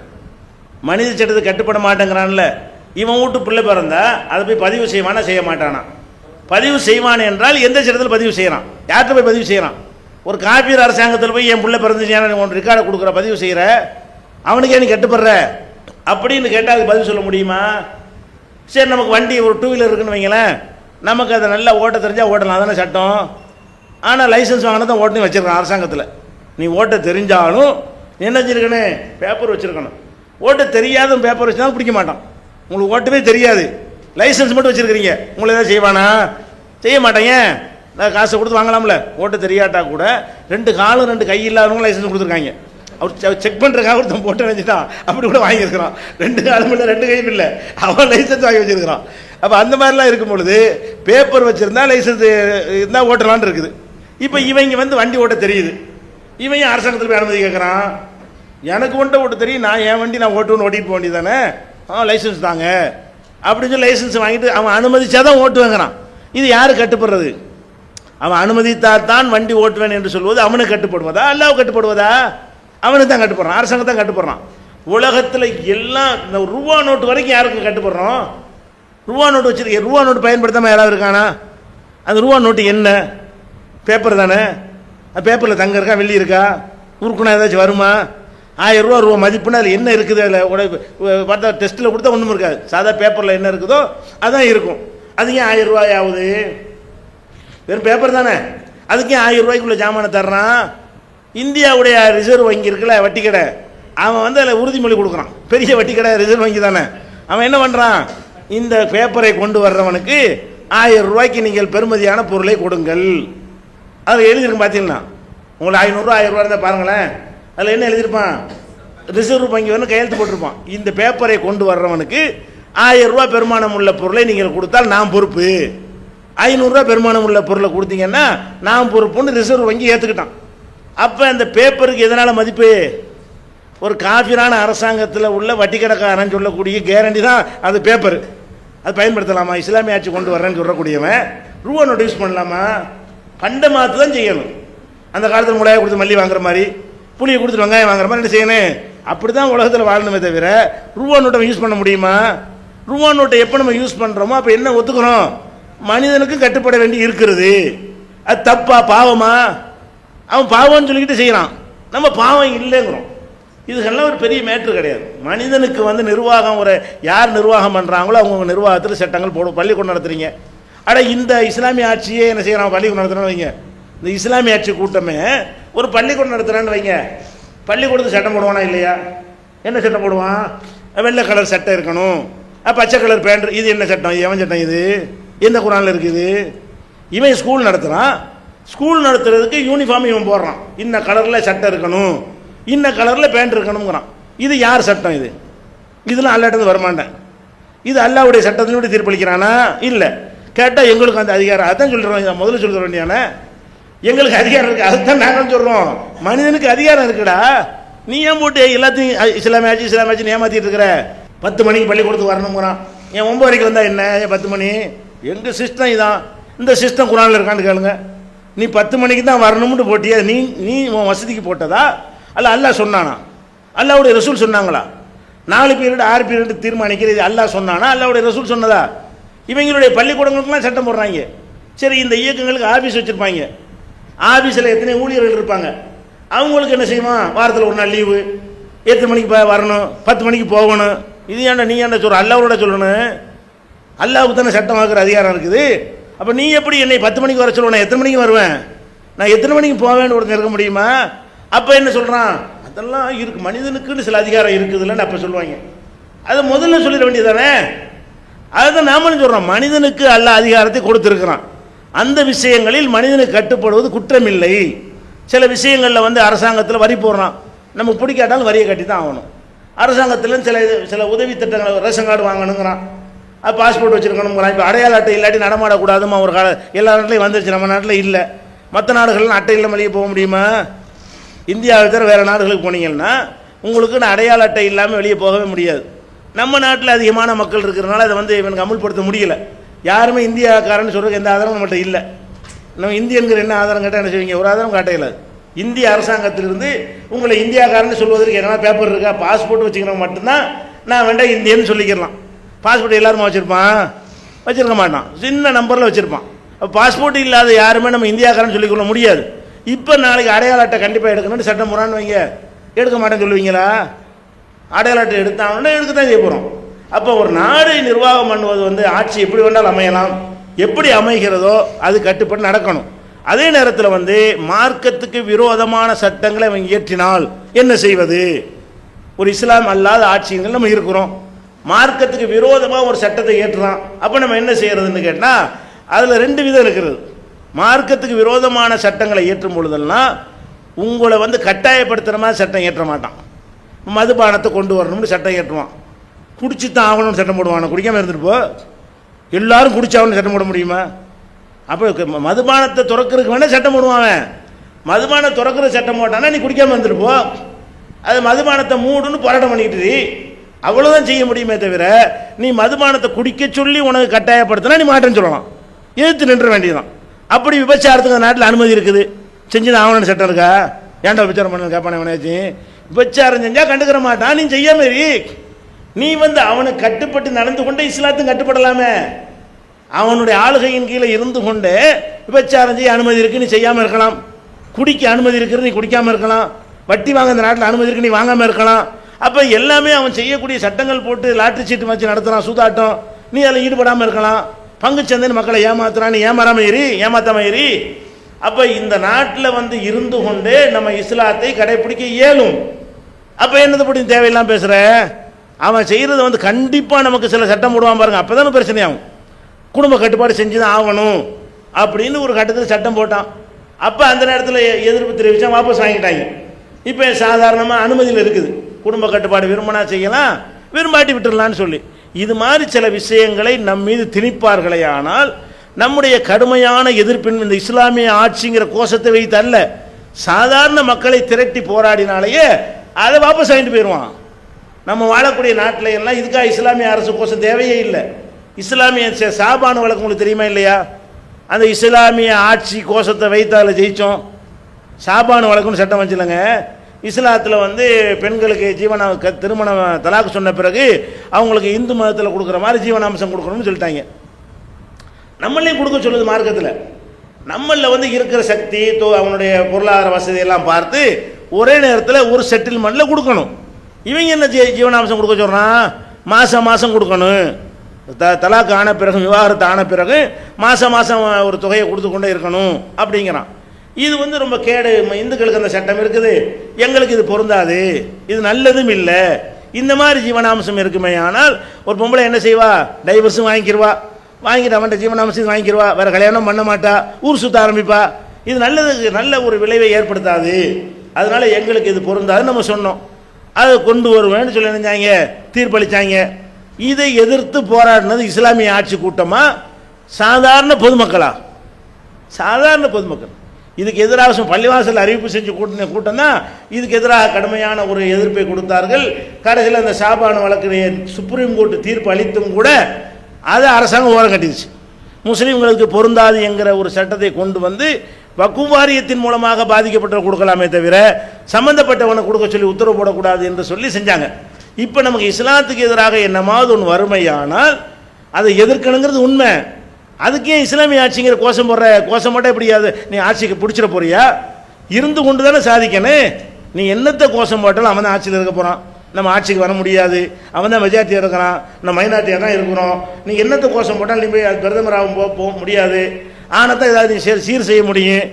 அவன் கையை வச்சு தான் அதை சரி செய்ய வேண்டும் என்றால் நீங்கள் இறங்கி போராடி செய்யலாமே. சாபானு வழக்கில் நம்ம காரியம் சாதிச்சோமா இல்லையா? இன்றைக்கி நமக்கு அந்த சட்டம் இல்லாமல் போச்சா இல்லையா? முஸ்லீம் பர்சனல் லாவில் கை வைக்கணுங்கிறான். கல்யாணம் காட்சி இதில் எல்லாம் வந்து அரசாங்கம் தலையிடக்கூடாது என்று சட்டம் இருக்கிறது. அதை கையில் எடுத்தான்னு வைங்க, அதை எடுத்து நம்ம சும்மா இருக்க தேவையில்லை, எடுத்து போராடுறோம். எடுத்து தௌஹீத் ஜமாத்துடைய வழியிலையோ மற்ற இயக்கங்களுடைய வழிமுறைகள்லையோ ஜனநாயக முறையில் போராடினோமையானால் எல்லா முஸ்லீம்களும் ஒன்று சேர்ந்தார்களேயானால் அந்த காரியம் நடக்கிறது. நமக்கு எதிராக ஒரு சினிமா படத்தை எடுத்துக்கிறோங்களா, உதாரணத்துக்கு எடுத்துக்கிறோங்க. ஒரு சினிமா படம் எடுத்தான், இதை விட மோசமாக எடுத்த படம்லாம் நாங்கள் சும்மா இருந்தோம், பெரிய அளவில் ஒன்றும் கண்டுக்கிறல. இப்படி தொடர்ச்சியாக வந்த பிறகு இதை விடக்கூடாதுன்னு கடுமையான ஒரு ஃபைட்டு கொடுத்தோம். எல்லா இயக்கத்துக்கும் அந்த ஒத்த கருத்து உண்டானுச்சு. தொடர்ச்சியாக வருது எப்படி பண்ணுறாங்கன்னு நிறுத்தினாங்களா இல்லையா? அப்போ இந்த எந்த ஒரு காஃபிரான நாட்டில் நீங்கள் இருந்தாலும் சரி தான், நீங்கள் உங்களுடைய பலத்தை வைத்து அவன் கையை கொண்டு தான் அந்த தீர்வை நீங்கள் காண முடியும். நீங்கள் போய் திருத்தி அந்த விசுவரம் படத்தை தடுக்க முடியாது, அரசாங்கம் தடுக்கணும். தடுக்கிறதுக்குரிய நிர்பந்தத்தை நீங்கள் உண்டாக்கலாம், உண்டாக்கி ஜெயிக்கலாம். பல விஷயங்கள் ஜெயித்து கொண்டிருக்கிறோம், ஜெயிக்கவும் செய்வோம். அப்போ என்ன வழங்கணும்? சில பாதிப்புகள் இருக்கிறது. நம்ம நாட்டில் வந்து இஸ்லாமுக்கு எதிராக சில செய்யலான்னு இருக்குமையானால் அதை ஒன்றுபட்டால் மாற்றிவிட முடியும். போல்டாக இறங்கி அடித்தால் ஜனநாயக வழியில் நம்ம மாற்றம் செஞ்சிட முடியும். பள்ளிவாசல் கட்டுவதற்கு நிறைய கடுபடியெல்லாம் வச்சுருக்கிறாங்க. அதை நம்ம சீரியஸாக யாருமே எடுத்துக்கிறல. கோயில் எங்கே வேணாலும் கட்டலாம். பள்ளிவாசல் கட்டுறாங்க, அதுக்கு எழுதி போடணும், 6 மாதத்துக்கு போர்டு வைக்கணும், ஒருத்தர் ஆட்சேபனை பண்ணாட்டி தான் தருவோம்லாம் எழுதி வச்சுக்கிறானுவோம். நமக்கு மட்டும் இந்த சட்டம் இருக்கிறது. ஆனால் இது யாரையும் பாதித்த மாதிரி தெரியல. அதனால பேசாமல் இருந்துக்கிட்டு இருக்கிறோம். நாளைக்கு இது எல்லாரையும் பாதிச்சு இதை விடக்கூடாதுங்கிற கருத்துருவாங்க எல்லாருக்கும் வந்துச்சுன்னு வைங்க, அடுத்த நாள் இந்த சட்டம் இருக்காது. நம்ம ஒழுங்காக ஃபைட் கொடுத்தால் சட்டம் நிச்சயம் ஓட்டு பொறுக்கிறவன் தானே, அடுத்த நாள் சட்டத்தை வாபஸ் வாங்கிடுவான். நீங்களும் கண்டுக்கிறலங்கிறனால சில சட்டங்கள் திணிக்கப்படும். நீங்கள் போல்டாக இறங்கி அடிச்சீங்கன்னா அந்த சட்டம் தன்னால் என்னவாயிரும், வாபஸ் ஆகிவிடும். பள்ளியாசலை வாங்க சொல்லக்கூடாதுன்னு சட்டம் போடுவான். அதோட எல்லாம் ஏற்றுனீங்கன்னு வைங்க, இப்பவும் சட்டம் இருக்குது. இப்பவும் கோர்ட்டு தீர்ப்பு பிரகாரம் பள்ளியாசலை வாங்க சொல்லக்கூடாது தான் சொல்லிட்டு தானே இருக்கிறிய. கோர்ட்டு தீர்ப்பு பிரகாரம் சொல்லக்கூடாது. ஆனால் பள்ளியாசல் நீங்கள் வாங்க சொன்னீங்களா இல்லையா, எவனா தடுக்கிறானா, சொல்லிக்கிட்டு தான் இருக்கிறோம். அப்போ வழிபாட்டு தலங்களில் குழாய் வைக்கக்கூடாது என்று சட்டம் இருந்தால் கூட சட்டத்தை விட மக்களுடைய கொந்தளிப்பு அதிகமாக இருக்குது. சட்டத்துக்கு தீர்ப்பதிக்கு குப்பையில் போடுன்னு சொல்லிட்டு இன்றைக்கி எல்லா பக்கத்தையும் அனுமதிச்சுட்டு இருக்கிறோம். அப்போ இந்த மாதிரி தான் நமக்கு ஏற்படுகிற பாதிப்புகளுக்கு தீர்வு காணணுமே தவிர இது மாதிரி சிலதெல்லாம் காட்டி வாங்க சொல்ல முடியுதா, பள்ளிவாசல் கட்ட முடியுதா, அது செய்ய முடியுதா, இப்படியே சொல்லி சொல்லி இஸ்லாமிய ஆட்சி உண்டாக்குவோங்கிறான். இதுக்கு எப்படி இது தீர்வாகும்? இந்த பிரச்சனைகள் நீங்குவதற்கு இந்த மாதிரி இஸ்லாமிய ஆட்சிக்கிற கோஷம் எப்படி வழிவகுக்கும்? ஆட்சியை போய் கைப்பற்றுறதா இருந்தால் வழிவகுக்கும். கைப்பற்ற இயலாது. இஸ்லாமிய ஆட்சி உண்டாக்க போகிறோம் சொன்னால் இன்னும் தனிமைப்படுத்திட்டு போயிடுவான். உன்னைய இவங்களை இன்னும் நசுக்கணும், இவங்க நம்ம நாட்டில் உள்ளவனே இல்லை, இவங்க வேற ஒரு நாட்டை உண்டாக்க பார்க்குறாங்கன்றது ஏற்படுமையானால் இன்னும் பின்னடைவு தான் ஏற்படும். அதனால் இந்த இஸ்லாமிய ஆட்சிங்கிற அந்த கோஷம் ஒரு கடுகளவு கூட உண்மை இல்லாத, சாத்தியம் இல்லாத, மார்க்கத்தில் அனுமதிக்கப்படாத, மார்க்கத்தில் வலியுறுத்தப்படாத ஒரு பொய்யான ஒரு கோஷம். நமக்கு என்ன இருக்கிறது? அல்லாஹ் சொல்றான், யாருக்கு நம்ம ஆட்சியை கொடுத்தோமோ அவர்கள் அல்லாஹ்வுடைய சட்டங்களை நிலைநாட்டுவார்கள். லைன் மக்கன்னாகும் பில்லார்லி, பூமியில் நம்ம அவங்களுக்கு அதிகாரத்தை கொடுத்தால் நம்ம சட்டத்தை நிலைநாட்டுவார்கள். அல்லாஹ் ஒரு புகழ்ந்து சொல்றான். இப்போ உதாரணமாக நம்ம தேர்தல் போக போகிறதில்ல, ஒரு பேச்சுக்கு இந்தியா முழுசும் ஏகத்துக்குள்ளுக்கு நம்ம கையில் ஆட்சி வந்துச்சுன்னு வைங்க, நம்ம எப்படி செய்வோம்? குரான் படி தான் செய்வோம். மெஜாரிட்டி வந்துட்டோன்னு வைங்க, அது தன்னால் நடக்கும். நம்ம அவர்களுக்கு ஆட்சியை கொடுத்தோமையானால், அவர் நன்மக்களாக இருந்தார்களே ஆனால் அல்லாஹ்வும் ரசூலும் சொன்னபடி செய்வார்கள். சரி, முஸ்லீம்கள் வாழக்கூடிய நாடு இருக்க, அங்கெல்லாம் இஸ்லாமிய ஆட்சி வந்துச்சா? இங்கே உட்காந்து இஸ்லாமிய ஆட்சி பேசுகிறானே, துபாயில் என்ன ஆட்சி நடக்குது? முஸ்லீம்களுடைய ஆட்சி நடக்குது, இஸ்லாமிய ஆட்சியா? துபாயில் இருக்கிறவன் ஆட்சி பண்ணுறது எப்படி இருக்குதோ அப்படி தான் இவங்க ஆட்சியும் இருக்கும். ஏன்? இவங்கள்ட்ட இஸ்லாம் கிடையாது. இஸ்லாமிய ஆட்சின்னு சொல்லக்கூடியவன்ட்ட குர்ஆன் படி எதுவுமே செய்ய மாட்டேங்கிறான். ஆனால் இஸ்லாமிய ஆட்சி கொண்டு வர போகிறேங்கிறான். முஸ்லீம் நாடுகளில் உள்ள ஒரு ஆட்சியாவது இஸ்லாமிய முறையில் இருக்குதா? நம்ம நாடு தங்கம். துபாயை போய் பார்த்தீங்கன்னு சொன்னால் அங்கே உள்ள ஒழுக்கக்கேடு, அங்கே உள்ள அனாச்சாரம், அங்கே உள்ள பாலியல் ஆபாசங்கள், அவங்களுடைய உடை நடை எல்லாத்தையும் பார்த்தீங்கன்னு சொன்னால் இது எவ்வளோ இந்தியா எவ்வளோ தேவைன்னு சொல்லலாம். அப்போ இஸ்லாமிய ஆட்சி எங்கே இருக்குங்க? அப்போ இருக்கிறவனை பொறுத்து அமையுங்கிறது. முஸ்லீமே ஆட்சியில் இருந்தால் கூட இருக்கிறவன் கரெக்டாக இருந்து மக்களுடைய சப்போர்ட்டும் கரெக்டாக இருக்குமே ஆனால் அப்போ அந்த மாதிரியான ஒரு ஆட்சி அமையும்.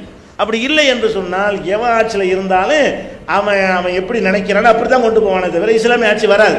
அப்போ இந்த இஸ்லாமிய ஆட்சிங்கிற ஒரு கான்செப்டை வைத்துக்கொண்டு மக்கள்கிட்ட ஏமாற்றுவார்களே ஆனால் இதெல்லாம் நீங்கள் என்ன செய்யணும்? பாயிண்டாக புரிய வைக்கணும். ஒன்று, இது குர்ஆனில் இல்லை, எந்த நபியும் சொன்னது கிடையாது. பாயிண்ட் 1. இப்படி ஒரு கொள்கையை வைத்தால் தாவா செய்யக்கூடிய ஒரு இயக்கத்திற்கு இது இருக்கவே முடியாது, தாவா செய்ய இயலாது. இஸ்லாமிய ஆட்சி அமைக்க போகிறோம்னு சொல்லிட்டு என்ன செய்ய முடியாது? ஒரு மனிதனை இஸ்லாத்துக்கு வான்னு கூப்பிட முடியாது. நீங்கள் ஆட்சி அமைக்க நாங்கள் வரணுமா உங்களுக்கு அப்படின்னு கேட்பான். அப்போ இது ப்ராக்டிக்கலாக சாத்தியப்படாது. அதுபோக இஸ்லாமிய ஒரு ஆட்சியை உண்டாக்குவதாக இருந்தால் அதற்கு வழிமுறை இருக்கணும். வழிமுறை என்ன? ஒன்று இராணுவ பலம் இருக்கணும், இல்லைன்னா அதிகமான மக்களுடைய பெரும்பான்மை அதிக பெரும்பான்மை இருக்கணும். சின்ன மெஜாரிட்டி இருந்தால் கூட சட்டம் திருத்த முடியாது. அதிக பெரும்பான்மையோடு என்ன இருக்கு? நமக்கு அந்த நாட்டில் ஆதரவு இருக்க வேண்டும். அந்த மாதிரி இருக்கிற இடத்துல வேண்டுமானால் அது என்ன செய்யும்? உண்டாக முடியும். அதுவும் இல்லை, எந்த ஒரு வழியும் இல்லை, திட்டமும் கிடையாது. சரி, இஸ்லாமிய ஆட்சி உண்டாக போகிறோன்னு சொல்லக்கூடிய இவர்கள் மார்க்கத்தில் இஸ்லாமிய ஆட்சி இஸ்லாமத்தின்படி நடக்கிறாங்களா? தொழுகையில், அகீதாவில், மூழுது ஓதனா இஸ்லாமிய ஆட்சி உண்டாக்குறாங்கிறான். ஜெண்டா கொடி மரம் ஏற்றுறான், அவன் என்ன செய்கிறான்? இஸ்லாமிய ஆட்சி உண்டாக்க போகிறாங்கிறான். ஃபுல் ஷேவ்டா நீ படம் போடுறாங்க, இஸ்லாமிய ஆட்சி உண்டாக்க போகிறாங்கிறான். சுண்ணத்தான ஒரு தாடி கூட வச்சு ஒரு படம் எடுக்க முடியல, அவன் என்ன செய்ய போகிறாங்கிறான்? இவன் உண்டாக்குற ஆட்சி எந்த மாதிரி இருக்கும்னு பார்த்தோம்னு சொன்னால் துபாய் மாதிரி இருக்கும். இவங்க உண்டாக்குற ஆட்சி எந்த மாதிரி இருக்கும்? இஸ்லாமிய ஆட்சி உண்டாக்கிட்டாங்கன்னு சொன்னால் துபாயில் இருக்கிற இஸ்லாமிய ஆட்சி அந்த மாதிரியான பஹ்ரைனில் இருக்கிறதுல அந்த இஸ்லாமிய ஆட்சி உண்டாக்க முடியுமே தவிர அல்லாஹ்வும் ரசூலும் சொன்ன மாதிரி இஸ்லாமிய ஆட்சியை உண்டாக்க முடியாது. அதே மாதிரி இஸ்லாமிய ஆட்சின்னு சொல்லக்கூடிய இவர்களை வந்து குர்ஆன் சுன்னாங்கிறதுல இல்லாமல் வேறு வேறு கொள்கையில் உள்ளவர்களாக தான் இருக்கிறாங்க. எல்லாருமே ஒருத்தராவது குர்ஆன் சுன்னாவில் இருக்கிறோம் என்று சொல்லி என்ன செய்யலை, இஸ்லாமிய ஆட்சி கூப்பிடலை. ஏன்னா குர்ஆன் சுன்னான்னு இருக்கிறவனு கூப்பிட முடியாது, அவன் கரெக்டாக விளங்கி வச்சுருப்பான். எல்லாம் மதுகபாதிகளாக இருக்கான். இஸ்லாமிய ஆட்சி கூப்பிடுற அம்புட்டு பேருமே ஒன்று மதுகபு தரீக்கா இதை பின்பற்றக்கூடியவனாக இருக்கிறான். இவன் ஆரம்பிக்கிற இஸ்லாமிய ஆட்சி வந்துச்சின்னு வைங்க, அப்போ என்னென்னு சட்டம் போடுவான், நம்ம ஷேக் அப்துல்லா ஜமாலிட்ட போட்டோம்ல அந்த சட்டம்லாம் வந்துடும். இஸ்லாமிய சட்டம் குற்றவியல் வருதுங்க. மன்னர் வச்சறிஞ்சா தண்டனை இல்லை அப்படிலாம் வருது ஃபிக்கு கிதாபில்.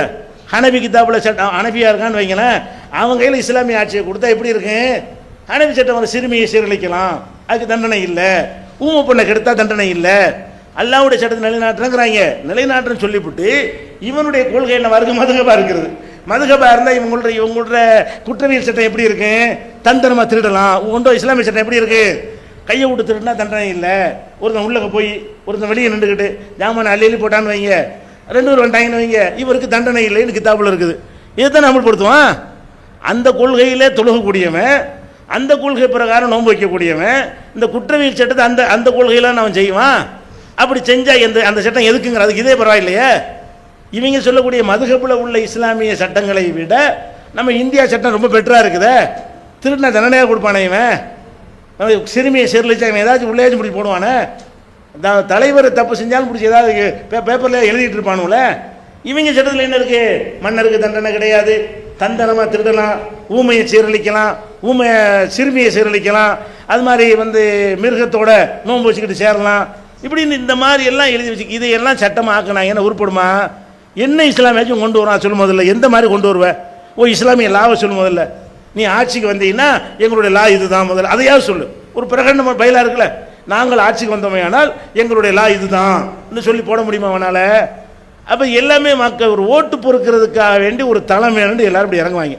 இப்போ ராமதாஸ் நினைஞ்சார், மரத்தை வெட்டினார், மரத்தை வெட்டி சாலையை மறிச்சார், வச்சு என்ன அப்போ ஒரு கூட்டம் சேருது, வீரம் அப்படி தானே, மரத்தை வெட்டுறாரு, ஸ்தம்பிக்க வச்சுட்டாரு, அப்புறமே மரத்தை நடுறான். அவனை மரத்தை வெட்டுறேன்னு ஆரம்பித்தான் இயக்கம்.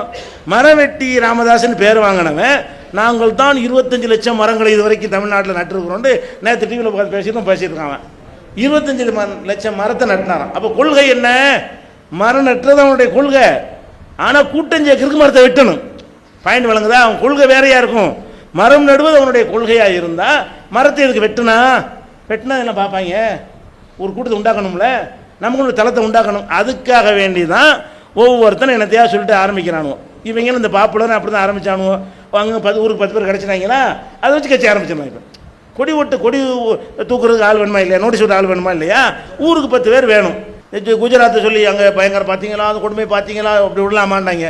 சரி, குஜராத்துக்காக நீ என்ன செஞ்ச குஜராத்தில் செத்தவன்ல எவனா தமிழ்நாட்டுக்காரன் இருக்கானா, நீ போய் தான் நீ செத்துருக்கணும்ல, அந்த மக்களை காப்பாற்றுறதுக்காக வேண்டி நீ போயிருந்தீங்கன்னா அங்கே செத்தில் நீங்கள் ஒரு 10 பேர் இருக்கணும்ல. அல்ல கேரளாவிலேருந்து போயிரு, கேரளா எத்தனை வருஷமாக இருக்கிறீங்க, குஜராத்துக்கு முந்தைய எதனப்பா நீங்கள் இருக்கிறீங்க, குஜராத்தை சீடியை காட்டி ஆள் பிடிக்கிறீங்க. குஜராத்து கலவரத்துக்கு ஏன் நீ போய் அங்கே போய் சாவலை, நீ 4 பேரை சாவடிச்சுட்டு 4 பேர் செத்துருக்கலாம்ல, போகவே இல்லை. ஒருத்தனைங்க உட்காந்துக்கிட்டு மக்களை மண்டைய கழுவுறானே தவிர குஜராத்து கலவரத்துக்கு என்ன செஞ்சான், வசூல் பண்ணுவாங்க. குஜராத்துக்கு வசூல், பாலஸ்தீனத்துக்கு வசூல், பாலஸ்தீனுக்கு வசூல் பண்ணி எப்படி கொடுக்க முடியும், அந்த அறிவு கூட இல்லை. பாலஸ்தீனம் வேற ஒரு நாடு, ஒரு நாட்டில் வசூல் பண்ணி இன்னொரு நாடு கொடுக்கவே முடியாது, அனுப்பவே முடியாது. சட்டத்தில் எந்த நாட்டிலையும் அதுக்கு அனுமதியே கிடையாது. அதுக்குண்டு முறையாக அனுமதி பெற்று பெரா சட்டத்தின் பிரகாரம் மத்திய அரசாங்கத்தை நாங்கள் பாலஸ்தீனத்துக்கு கொடுக்க போகிறோம், இந்த நிறுவனத்துக்கு கொடுக்க போகிறோம்னு சொல்லி தனி அக்கௌண்ட் ஆரம்பித்து பர்மிஷன் வாங்கி அந்த அக்கௌண்ட்டின் பேரில் வசூல் பண்ணலாமே தவிர அதுக்கெல்லாம் பர்மிஷன் லேசில் கிடைக்காது. இவன் பள்ளிவாசல் பாலஸ்தீனத்துக்கு இருந்தான் எல்லாம் திங்கிறதுக்கு. அப்போ வசூல் பண்ணுவான், ஃபித்ரான்னு வசூல் பண்ணிக்கிட்டு திங்கிறானுங்க. ஃபித்ரா கொடுத்தானே எங்கேயாச்சும், ஃபித்ரா எப்படி வசூல் பண்ணுறாங்க, கொடுக்குறத கொடுங்க. ஃபித்ராண்டா இப்போ கணக்கு பண்ணி ஒரு ஆளுக்கு இத்தனைக்குள்ளே அரிசின்னு கணக்கு பண்ணி அதுக்குள்ளே ரூபாயை வாங்கணும். அப்போ தான் அந்த நோம்புடைய குறைகள்லாம் நீங்கள் வீட்டு வீடாக போய் ஃபித்ரா காசு கொடுங்க, 5 ரூபாய்க்கு கொடுங்க, 2 ரூபாய்க்கு கொடுங்க. ஃபித்ரா எங்கள் ஊரில் நினச்சிங்க 5 ரூபாய்க்கு கொடுங்க, 2 ரூபாய்க்கு கொடுங்க, தொண்டியில் 10 ரூபா ஃபித்ரா ஆகுமா? அப்போ ஃபித்ரான்னு சொல்லி எதை வேணாலும் தாங்கன்னு சொன்னால் இது பணம் தான் நோக்கமே தவிர ஃபித்ரா நோக்கம் வழங்குதா இல்லையா? இப்படி பணம் வசூலிப்பதற்காகவும் ஒரு பேஸை உண்டாக்குறதுக்காக இளைஞர்கள் உணர்ச்சி வசப்படுறாங்க. பார்த்து தமிழ்நாட்டில் பார்க்குறீங்களா இல்லையா? தனி இளம்னு கத்துறாங்க. அப்படி பேரும் இவனுக்காச்சும் அறிவு இருக்கா? இன்னொரு நாட்டில் போய் அங்கே போய் ஒன்று தனியில் உண்டாக்குறதுக்கு கத்தினது ஆகுமா? ஆனாலும் மாணவர்கள் அப்படி தான் இருப்பாங்க. அந்த இளம் வயசு உணர்ச்சியை தூண்டி விட்டீங்கன்னு சொன்னால் சிந்திக்காது. அந்த மாதிரி உள்ளவன் நம்ம சமுதாயத்தில் இருக்கிறான். அவன் தான் இவனுக்கு குறி. எப்படி இந்த தமிழ் இயக்கங்கள் மாணவர்களை தூண்டி விடுறாங்களோ அந்த மாதிரி மாணவ பருவத்தில் உணர்ச்சியை தூண்டி விட்டா ராஜபக்சேயை காட்டி பிரபாகர மகனை காட்டினா போந்தவனுக்கு அவன் எதிர்ச்சிருவான். என்ன நடக்குன்னு நம்ம கத்துறதுனால ஏதாவது பாயுதா இருக்கா பயன் இருக்கா அதெல்லாம் பார்க்க மாட்டான். உளுத்து ராஜபக்சே தூக்கில் போட்டுன்னு படம் காட்டி தூக்கில் போட்டு தொங்க விடுறான். இதனால தூக்கில் போட்டுருவாங்களா அவனை? இவன் தூக்கில் போட்டுமா சிரிச்சுட்டு இருக்காங்க. அந்த நாட்டில் என்ன செய்யறான்? விழாவில் கலந்துக்கிட்டு சிரிச்சுட்டு போச கொடுத்துட்டு இருக்கிறான். என்ன தூக்கில் போட போறீங்க? அப்போ இந்த மாதிரி விளங்காத அப்பாவி மக்களை பிடிக்கிறதுக்கு இந்த வாதத்தை வைக்கிறாங்களே தவிர இஸ்லாமிய ஆட்சிங்கிறது இஸ்லாத்தில் கிடையாது. அல்லாஹ் நம்மிடத்தில் ஆட்சியை தந்தால் இஸ்லாத்தின்படி எல்லாத்தையும் செய்கிற மாதிரி அரசியல் சட்டம் செய்யணும். எல்லாத்தையும் எப்படி இஸ்லாமிய முறை பிரகாரம் செய்யணும் அப்படி செய்ய வேண்டும், அவ்வளோதானே தவிர இது ஒரு கொள்கையாக எடுத்துக்கொண்டு செல்லுமாறு நமக்கு மார்க்கம் சொல்லவில்லை. இதை புரிந்து நடக்கக்கூடிய நன்மக்களாக அல்லாஹ் ரப்புல் ஆலமீன் நம்